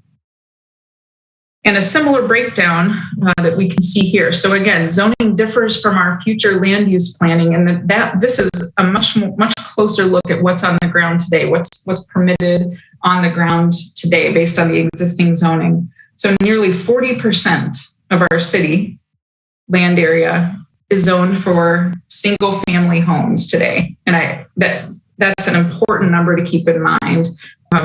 For other housing related ordinance efforts that we may be looking at. But that number declines, obviously, as you move closer to BRT stations within a quarter of a mile. Still, though, 13% of the land area is zoned exclusively for single family. And you can see the yellow, orange, and brown colors here are all of our purely residential districts. So it's safe to say that about a third of the area within a quarter mile of planned BRT stations is zoned for residential. And it looks to be about a sixth of it is zoned for mixed use today. So again, helpful reference slide to go back to that describes just the proportion by type of zoning district within proximity to the BRT corridor. When we look at our actual population today, this is based on the 2020 census, so the newest data that we could find, obviously. If you look within a quarter mile of the planned stations, the total population is about 54,000. And so that is a number equal to, let's see, it's about equal to 20% of Madison's population. It includes some residents of Shorewood Hills and Blooming Grove, but 54,000, about 20% of Madison's population as a whole lies within 1/4 mile of BRT. And then within a half mile, it's about 94,000. And that's just over a third of Madison's population is within a half mile of the BRT stations in this first east-west corridor. Now, this is a visual showing either approved projects that haven't yet been completed or projects that are under construction as of June of this year. And so, while a few of these have been completed since this map was created, it's a pretty point in time look at construction activity and future construction activity in the east-west corridor. And again, I want to thank Ben for putting this together. But all in all, what this map represents is about 4,700 new housing units that have either been approved or are under construction. And another important category is proposed. So this is basically a look at our pipeline of what is either proposed, approved, or under construction as of June of this year. So if everything that's proposed as of now were to move toward completion, based on what we know now, we'd see a 4,700 new housing units, almost 2.5 million square feet of commercial space, and over 1,200 hotel rooms within a half mile of the BRT corridor. So if you go back to, I'll take us back together to this slide. The existing population today, 93,000, 45,000 dwelling units within a half a mile. We're looking at adding about 10% of what's there today if everything in the pipeline now indeed moves forward. And obviously, next year, if we're to look at this again, which we can and will, we'll see much more. So we're seeing a lot of our growth happening close to the BRT corridor. I want to turn now to the TOD overlay zoning language and get quickly to a few key points that I'd like to focus on tonight with the Plan Commission.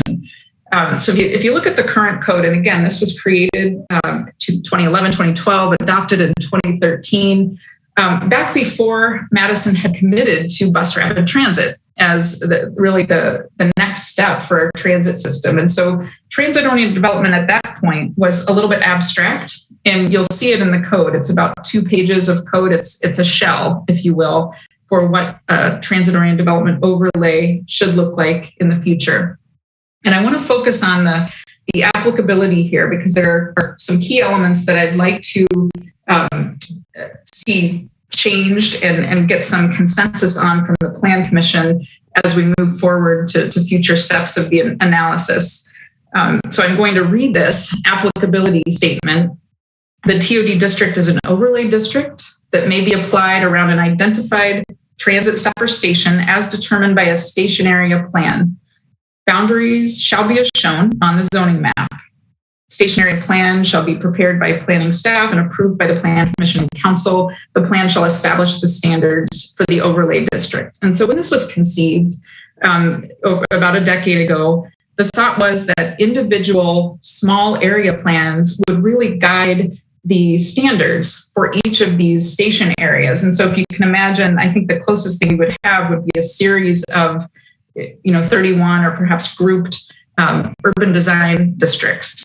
And that's an important thing that I think from a staffing perspective, from a management perspective, and I think the Plan Commission will understand that probably isn't something that's feasible, certainly not feasible before 2024 when we're ready for bus rapid transit to begin. So that's a point of departure that I'd like to recommend as staff and hear input on and hopefully come to some consensus on. Other parts of the code language, I think, are still very informative toward the way we're approaching this early analysis. Within a TOD overlay, there would be carrots and sticks, if you will, maybe a prohibition of certain uses that are auto-oriented. Minimum levels of intensity or density could be instituted. Active storefronts on primary streets to promote more walkability and activity near transit stations. And then perhaps the removal or reduction of minimum parking requirements. I'll also throw in there the reduction of maximum parking requirements could be another consideration. And one of the things that I think relates pretty well to our zoning code is a consideration of looking again at the conditional use thresholds and thinking about contemplating ways to increase those conditional use thresholds even more in certain zoning districts if within a certain distance of a BRT station. So 3 of the changes that I want to bring up tonight, based on how the existing code is written, are first, and this is really fundamental, and again, something I hope we can come to consensus on and move forward with, is to replace the expectation for individual station area plans with an idea that instead the base zoning districts along that route will be modified within X distance of a transit station. So that's a key departure from the way the code is written today. Again, replacing the expectation for individual plans with changes to zoning that would be a more citywide approach. And I'll go into that a little bit more in a moment. Second, we'll go over, what is the specific distance from a bus rapid transit station that's best. And I don't necessarily expect that we'll come to any decision on this tonight, but I want to share a little bit about what we've been grappling with as staff and get your perspective on that distance question. And then finally, a look at how the distance from BRT plays with the location of our city's historic districts, and thinking about whether it might make sense to carve out an exemption for historic districts from the TOD overlay. So those are the 3 things that I really want to focus on as I bring this to a close. First, again, most fundamentally, I think the replacement of the station area plan framework with modifications, whether they be carrots or sticks, for each zoning district within a given distance of BRT stations. And so you'll have your base zoning districts. Here's just a few examples. Obviously, we have a whole array of single family districts, multifamily districts, mixed use and employment and commercial districts. The idea would be to many of these to add a boost, if you will, in order to promote the right level of intensity to be able to better support transit ridership. And that, again, includes some carrots and some sticks, with the idea being let's promote greater intensity, let's promote fewer automobiles. And so, for each of these districts, we have not worked through even an example to show this evening, but that's one thing that we would like to bring back to the Plan Commission, are some examples of ideas for what those boosts would be, for example, base districts. Second, with regard to the distance from BRT, I'll tell you that anything could work okay at this point. What we've based our analysis on of the plans and zoning is really an actual quarter mile and half mile distance from these stations. But practically speaking, it might also make sense instead to use the actual pedestrian network and think about, well, what properties are within a quarter mile distance with sidewalks or active ways of actually walking and getting to a station.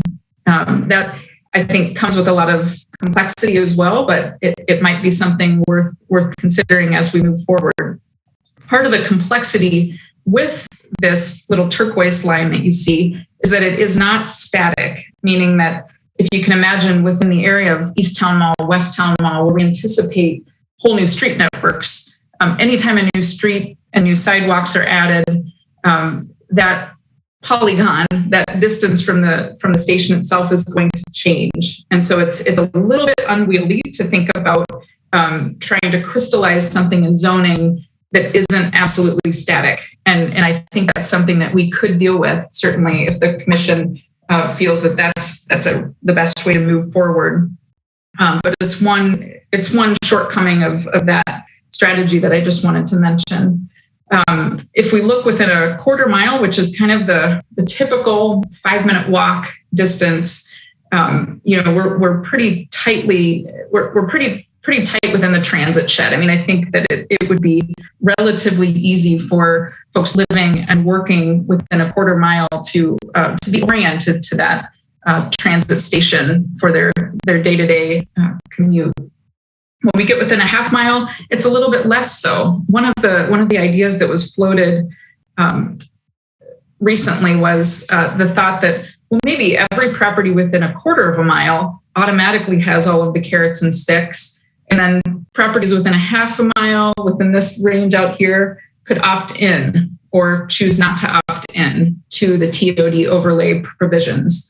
That's something that we certainly don't have figured out at this point, but I'd like some feedback from the Plan Commission on, including what more analysis would you like to see to help make a decision on that. And then finally, we do have the 5 local historic districts that are shown in purple here. And some of them overlap our National Register historic districts, which are shown in red hashed areas on this map. All in all, the historic districts within a quarter of a mile of the BRT stations, 65 acres of that area lie within local historic districts, and about 300 acres are within our National Register historic districts. And within a half mile, you can see the numbers here. It's a fair. If you look at the quarter mile area, it's a fairly small portion, certainly of the city. It's about. If you look, I'll just add some percentages here that can assist with a better understanding of it. If you think about all of the land area that's in our 5 local historic districts taken together, about 18% of that area also lies within a quarter mile of BRT. And so you can see that here, this is the first settlement district. If you can see my cursor and just a sliver of the Third Lake Ridge Historic District, you can see a very small property here along Wilson Street is within that quarter mile stretch.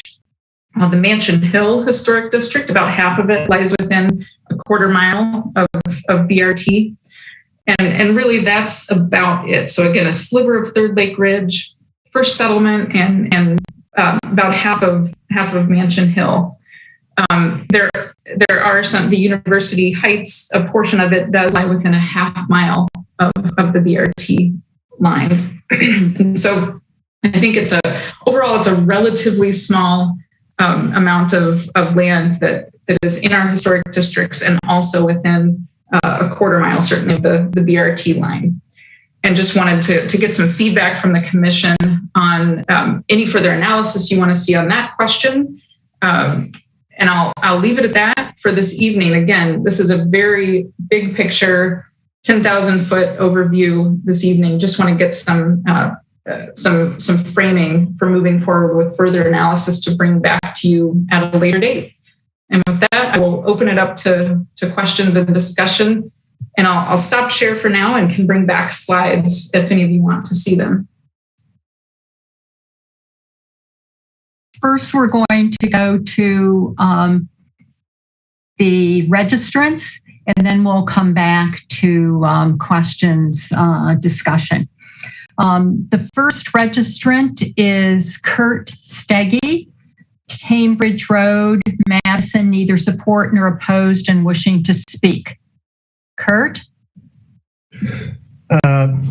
Good evening. While I am a past president of the Madison Trust for Historic Preservation, I appear this evening merely as an individual and not on behalf of the organization. It wasn't entirely clear to me whether the commission's agenda today anticipated public comment relating to item 3, but in any event, I'll speak briefly regarding the identified options relative to exempting historic districts from the overlay district standards. I applaud the effort to promote public transit by Madisonians and visitors, and understand why there is a correlation between transit proposals and nearby development as reflected in Strategy 5.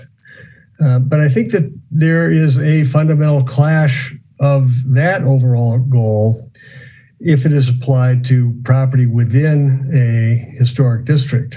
As reflected in the staff presentation, The acreage in historic districts, whether looking at a quarter mile or half mile radius, is small, and applying the overlay district to that small acreage would have little net benefit. Basically, the purpose of historic preservation is to retain the character of a neighborhood that already exists. Imposing fundamental and what could be transformational changes on a historic district would be in direct conflict with the purpose of preservation. And it would be in conflict with the expectations of all those residents currently within those historic districts. Those persons have invested in their properties in reliance on certain constraints that do not exist elsewhere in the city. It would be fundamentally unfair to change the rules in a way that undermines the basic premise of the district. I don't perceive a logical basis for differentiating local historic districts from National Register historic districts. So thank you for the opportunity for these comments.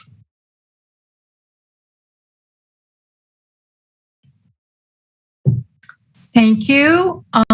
Our next registrant is Michael Lawton, South Eau Claire Avenue, Madison, opposed, wishing to speak, representing the Hill Farms Association Planning Committee. Michael, you have 3 minutes. All right, thank you. I'm speaking on behalf of the Hill Farms Association Planning Committee. We just found out about this today, so I haven't had a lot of time to prepare, but I wanted to make a few comments. First of all, we would like to have the Hill Farms National Register Historic District left out of any overlay proposal that the city might try to develop. If the city is going to go forward and include our National Register District in an overlay district, we would like some extensive neighborhood meetings with alders and staff in order to discuss this, because we would have some significant concerns. A half-mile distance, and I know Heather proposed different distances, but a half-mile distance would cover most of our Hill Farms neighborhood and our Hill Farms National Register District. I don't feel that we need carrots and sticks. Whitney Way is basically a single-family residential street and is stable and well-maintained single-family homes on it. I don't anticipate that changing. I don't think we want that to change, and therefore there shouldn't be an overlay district in the Whitney Way corridor. The other major corridor is where the BRT is going to be is Sheboygan Avenue. The north side is probably not in the district. The south side is in the district. There's been lots of redevelopment in our area. Witness Madison Yards. John Flatt has 3 projects going. The Hilldales have all ready to come forth with their redevelopment project, which has been in the paper, etc. We've worked with all these people. We have not opposed their projects. We've worked with them and tried to develop good conditions, and we've spoken to your committee, and you've adopted some of the things we've suggested. So we don't need an overlay district to redevelop those areas. It really is unnecessary and adds another layer of bureaucracy and legalistic issues that aren't needed. We also have covenants for our single family area, trying to change the zoning for those areas along Whitney Way, or the interior away from Whitney Way, would obviously conflict with the covenants. It would also conflict with the neighborhood plan, which this very body adopted and the council then adopted and made part of the city comp plan just a few years ago. So it would be in conflict with both.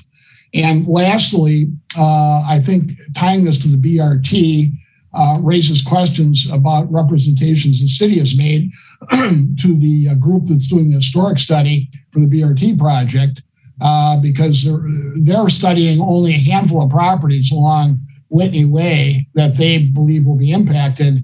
And if in fact you're going to change the zoning for enormous areas of our neighborhood and tie it to the BRT project, then the scope of that historic study is wrong and would have to be.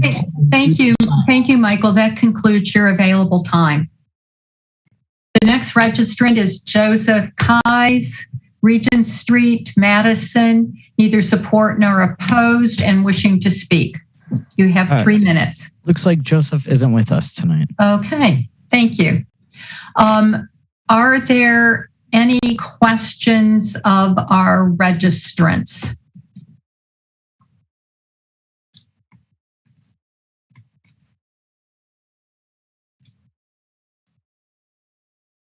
Seeing none, we will go back to questions then of Heather. Commissioner Fernandez.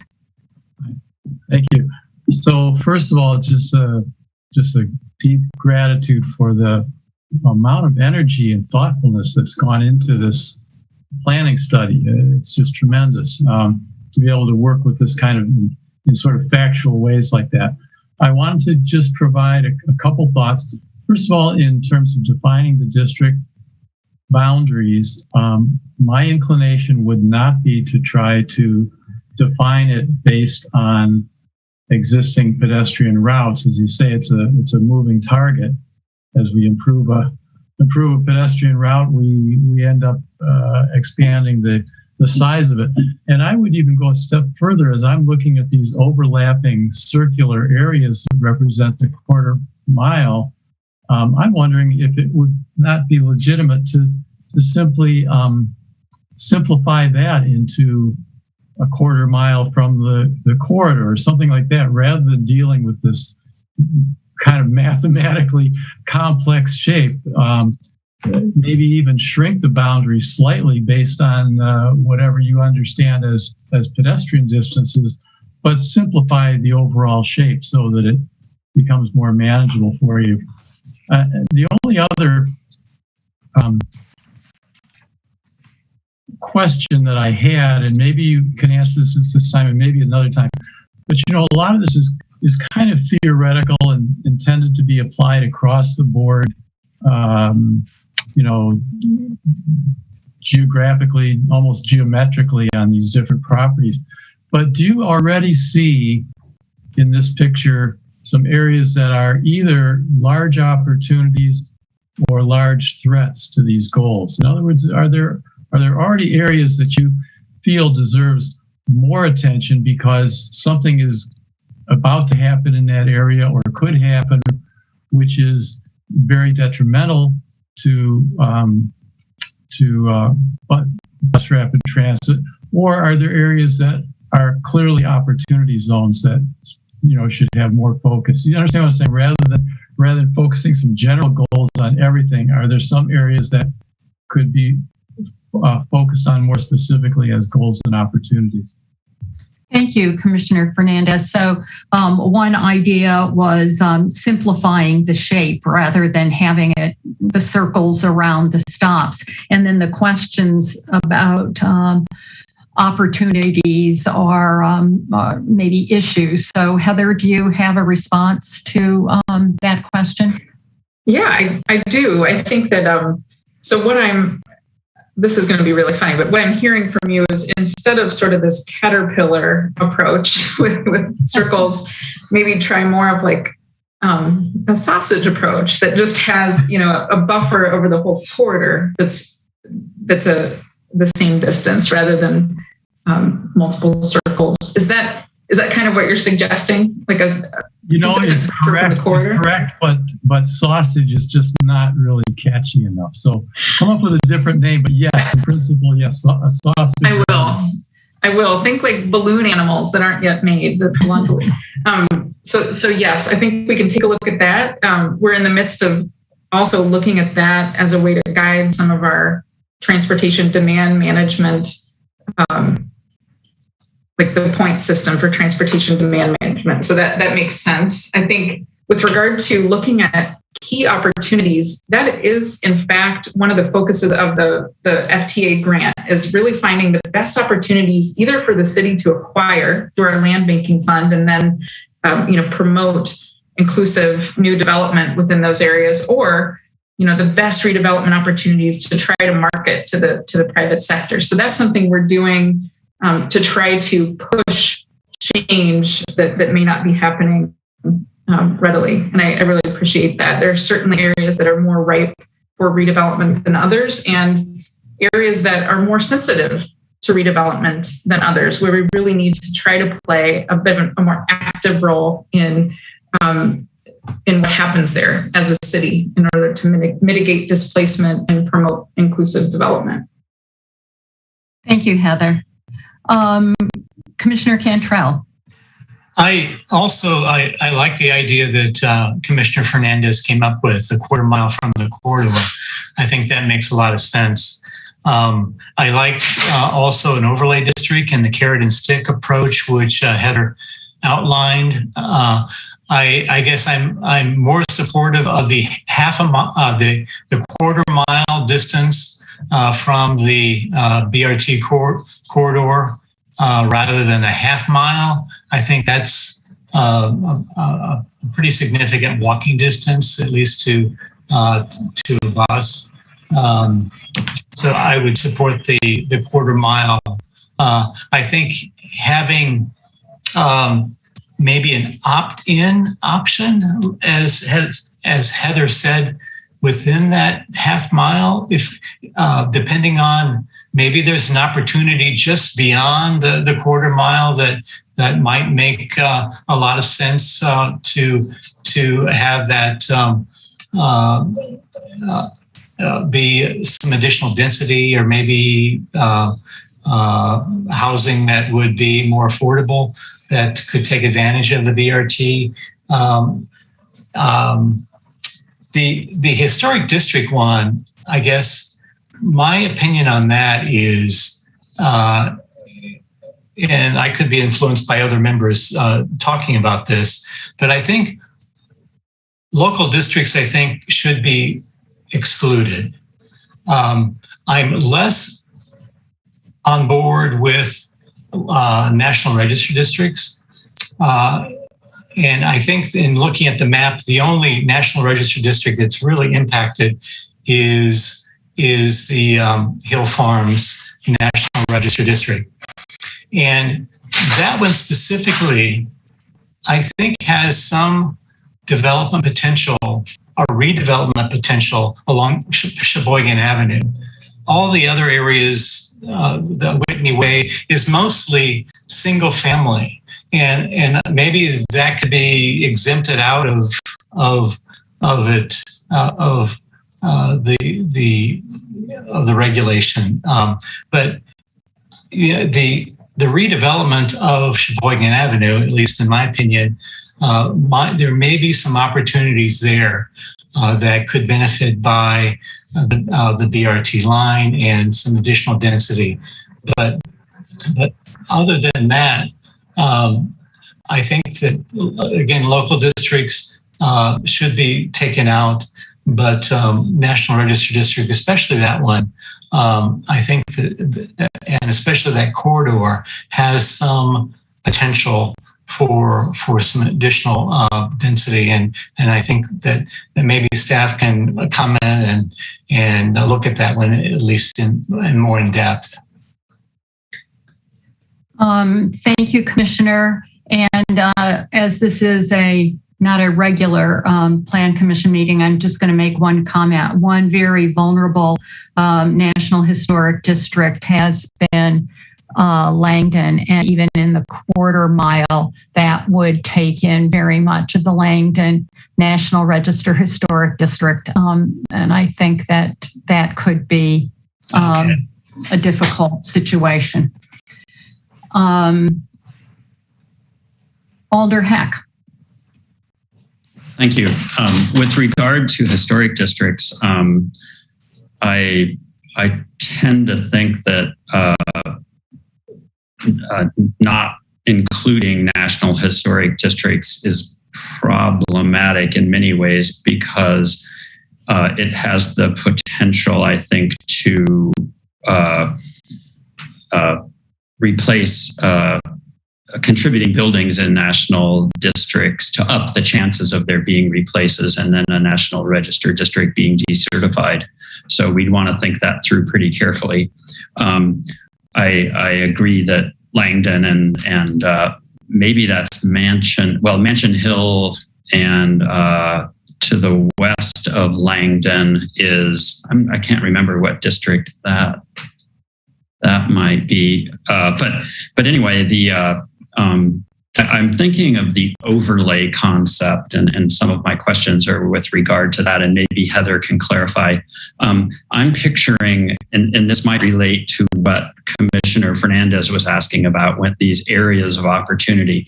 Could an overlay be something analogous to an urban design district, such a mature one, such as UDD 8, where an overlay actually goes potentially block by block, and so then you pick up an area of opportunity and you say, okay, I mean, on this block we recognize there's this opportunity, so there are going to be more carrots and sticks, even inside of a quarter-mile circle. Or is that too detailed for what you were envisioning? Maybe not every block has to be looked at, but at least the many blocks could be the same. But where there are areas of opportunity, could an overlay consist of that, Heather, and that kind of arrangement? Heather? Yeah, I think it could. I mean, I think that's what the current, I'll go back to the current language in the code here, that I admittedly don't know if it's workable from a staffing perspective. But yes, the current language in the code would be to do individual sort of station area plans and base the overlay on very specific standards for, by station area. And so I think the code as it's written today is pretty close to what you've just described. And I would say that it is analogous to the creation of an urban design district. I think that the departure that I as staff am recommending and really want to get feedback on, I'm open to any way, but I think is more of a citywide approach where we add certain carrots and sticks to each base zoning district and apply that consistently throughout the corridor. Okay. It could absolutely be done the way that you described. Yeah, I see the simplicity in what you're proposing and don't oppose that necessarily. I'll have to think about that. I guess when I think about both historic districts and whether we choose a quarter mile or a half mile, I'm also wondering if we could do something like in a local historic district, totally exempt. In a national historic district, maybe there are a few appropriate carrots and sticks that could be offered that wouldn't compromise necessarily the National Historic District. And also between a quarter mile and a half mile, could there be maybe a different set of carrots and sticks? Because I tend to think, I walk a lot, and a half mile is no problem, but I realize that's not true for everyone. But maybe there could be two different levels of carrots and sticks, both with respect to historic districts and distance. I even though it's a little unwieldy, I'm still in favor of actual walking distance. And yes, the polygons are a little complicated, but I prefer the popcorn approach, I'll call it, because it's actually the distance, it's how the distance that people will use to access transit that's important. I think that's it. Thanks. Thanks, Alder. Commissioner Solheim.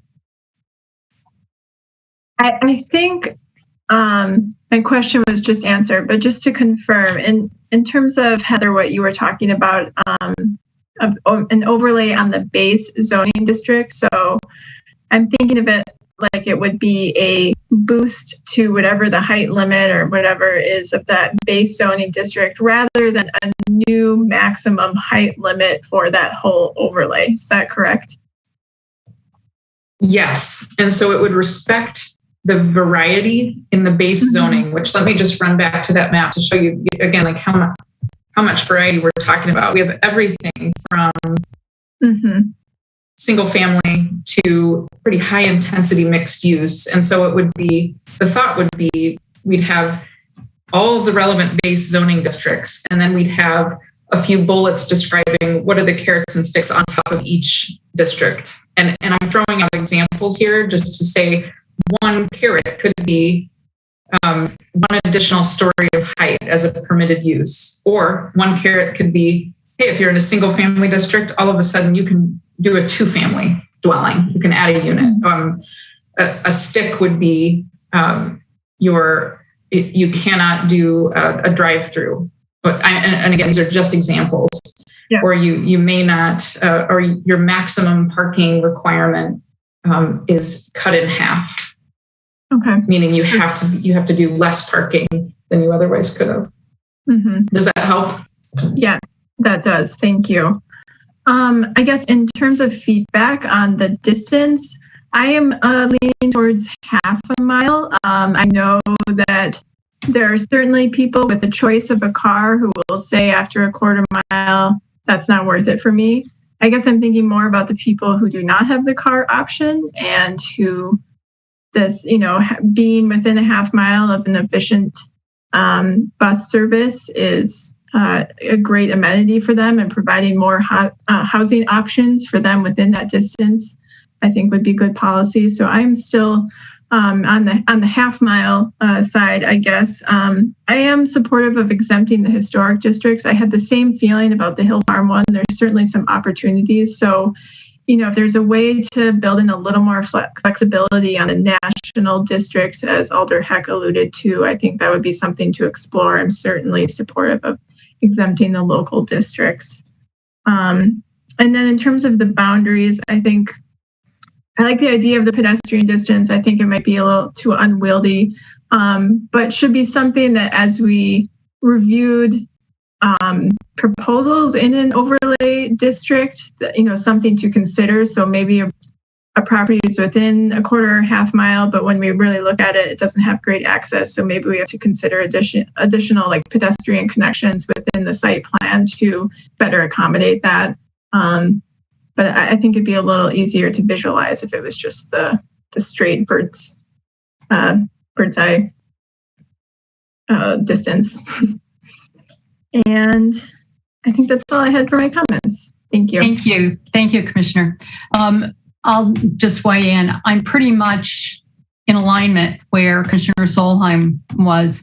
I like the half mile, but with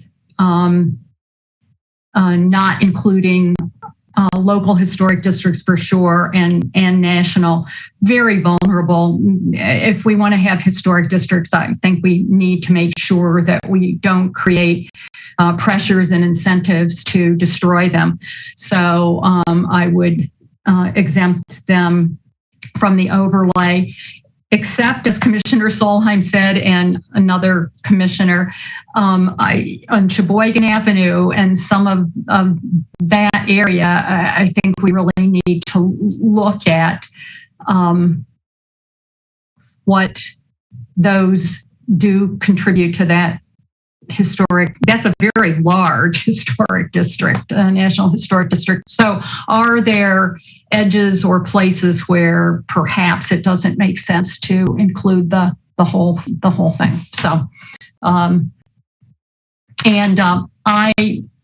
although I like the idea of the actual walking, I think that would be really unwieldy. It would be changing all the time. And the concept of when a development does occur to try to improve the walkability to the bus rapid transit station, I think that would be a very good approach. Commissioner Spencer. Thank you. I just wanted to add, along with the walkability, just to think about, inclusivity, make it not just improve the walkability, but complete accessibility. And I know that, things will be compliant in terms of ADA, but even going beyond kind of the base. Okay, it meets ADA, fine, but walkability and complete accessibility I think are a little bit different things. Are we improving things for our blind pedestrians, people in wheelchairs, or people who need a balance stick or a walker? That's really good feedback. Yeah. I think we could feed that into the Department of Transportation piece of the grant that really is looking at pedestrian and bicycle infrastructure, and just make sure that it's really elevating the level of accessibility also. Yeah. Very good. Thank you for that comment. Commissioner Cantrell. This was really good discussion, and I guess I didn't think of the Langdon Street National Register District, and I would amend my suggestion of excluding National Register districts, but also with the caveat that, again, the Sheboygan Avenue one, I think, has some opportunities there. So there should be kind of a opportunity area for a National Register district, especially like that one. And I don't know if staff can nuance that with the proposal, but the Langdon one area, I think, because of the age of it and the vulnerability of it, as you've indicated, it's different than the Sheboygan Avenue example that I have. And I guess the other point that I'd like to raise, I think that maybe there should be a couple different standards within a quarter mile and a half mile, because I think that maybe more intense development within the quarter mile, and then again in the half mile, maybe there should be another level, a standard that would be affect that area. That's just something I'll throw out. Thank you. Thank you, Commissioner. Heather, did you have something that you wanted to comment on? Yeah, I do. Thank you, Chair Zellers. This has come to mind just now, so I don't have a graphic to show it, but something that strikes me is that in many of our zoning districts, we don't have a cap right now, correct, on height. You can seek anything under conditional use review in the employment districts and the mixed use districts. And that would not change for areas that aren't within the overlay. So I'm thinking that the Sheboygan area, if for some reason national districts are excluded from TOD, it doesn't mean that a development there couldn't move forward with the same type of consideration that it gets today. And then on the flip side, something that's come to mind really is that in our downtown area, the entire downtown already does have a height cap. It's the only part of the city that does right now have height maximums, and maybe sticking with that predictability that we have and just exempting the whole downtown from this, because our downtown is so transit oriented already, and it's a very permissive environment for development already. Maybe we really should focus on, again, I'm sorry, this is literally just coming to mind, but focus on application outside of downtown. And I think that would get to a lot of the tough issues with a lot of the downtown historic districts, both national and local, at least. So that's just a sudden late thought that we can tuck away or explore further. Good insight. I think that one of our communications suggested that also as a possible approach. So thank you, Heather, for that. Commissioner Fernandez. Yeah, thanks. Just really building a little bit on what Heather said. I might be a little bit alone here in not quite perceiving what the problem is with respect to historic districts. I don't see that the carrots or the sticks would necessarily conflict with historic values. You're not going to require higher buildings or something, and now you're unable to restore an historic property. So it feels to me that with some sensitivity, the carrots and sticks can be worded in ways that really don't. You're not going to require any house to be in a single-family residential area that's part of an historic district to be a duplex. It may be a possible use, but it would still be subject to whatever the Landmarks Commission or whatever other historic restrictions would be on that development will still be in place. Maybe that could be emphasized in this wording. I'm partially asking this as a question. I'm having a hard time picturing what would be either a carrot or a stick that would materially harm a historic district that couldn't be finessed in some way.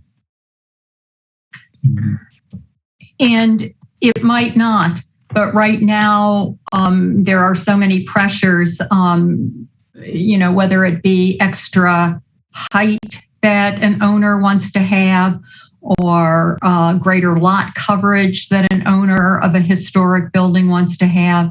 And unfortunately, some let their property degrade so that there is more likelihood that the demolition will be approved. So in my view, this would be another pressure that would tend to further encourage some of the things that we don't want to see in terms of demolitions or degradation of our historic districts. So I don't like to see that conflict or lack of cohesion in what we're communicating that we want as a city in terms of goals.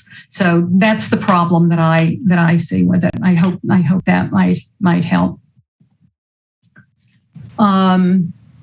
Commissioner Spencer. Thank you again. I just wanted to say for Commissioner Fernandez, I kind of had that same thought and was wondering, why do we bring up the historic districts? Why is it an issue? So I appreciate the discussion on it and you bringing it up for me, I guess. And so I did want some more discussion on that and I get the development pressure, in or near the historic districts do impact that, but I just wanted a little bit more clarification and discussion on it. So thank you, Chair Zellers and Commissioner Fernandez. I am noting that it is now 8:01, and we do try to keep these on target. So I am going to try to summarize, and this is really, as Heather said, early in the development of the concept of this. This is what I heard. There was difference between quarter and half mile. Some thought quarter, some thought half mile. So that's not something that we did reach consensus on. I also heard at least one person talk about liking the actual walking. Several people thought that might be a little complex to try to have actual walking distance.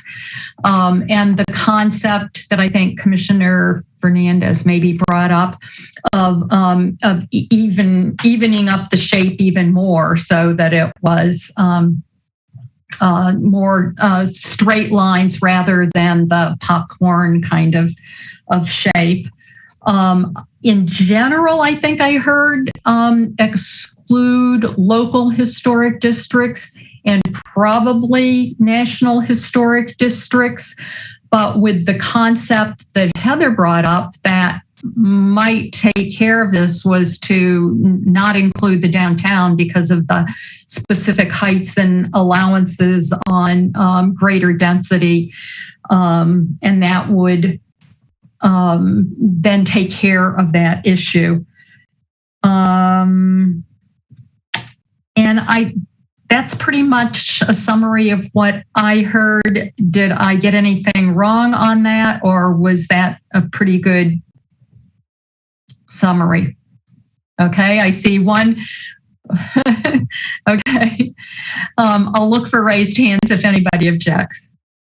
Okay, so in general, that was the idea. Does that give you, Heather, a pretty good things to go on anyway for the next step? It does. I think it helps me understand what sort of analyses we need to bring back and maybe some site-specific examples and try to put more, try to get more examples before the commission next time to wrap our heads around it better together. So thank you so much. I think it was very helpful. Okay. And thank you, Heather and staff, for putting together. And I agree. I think Tony had said it gave us a lot of good information to think about prior to the meeting. So thank you very much.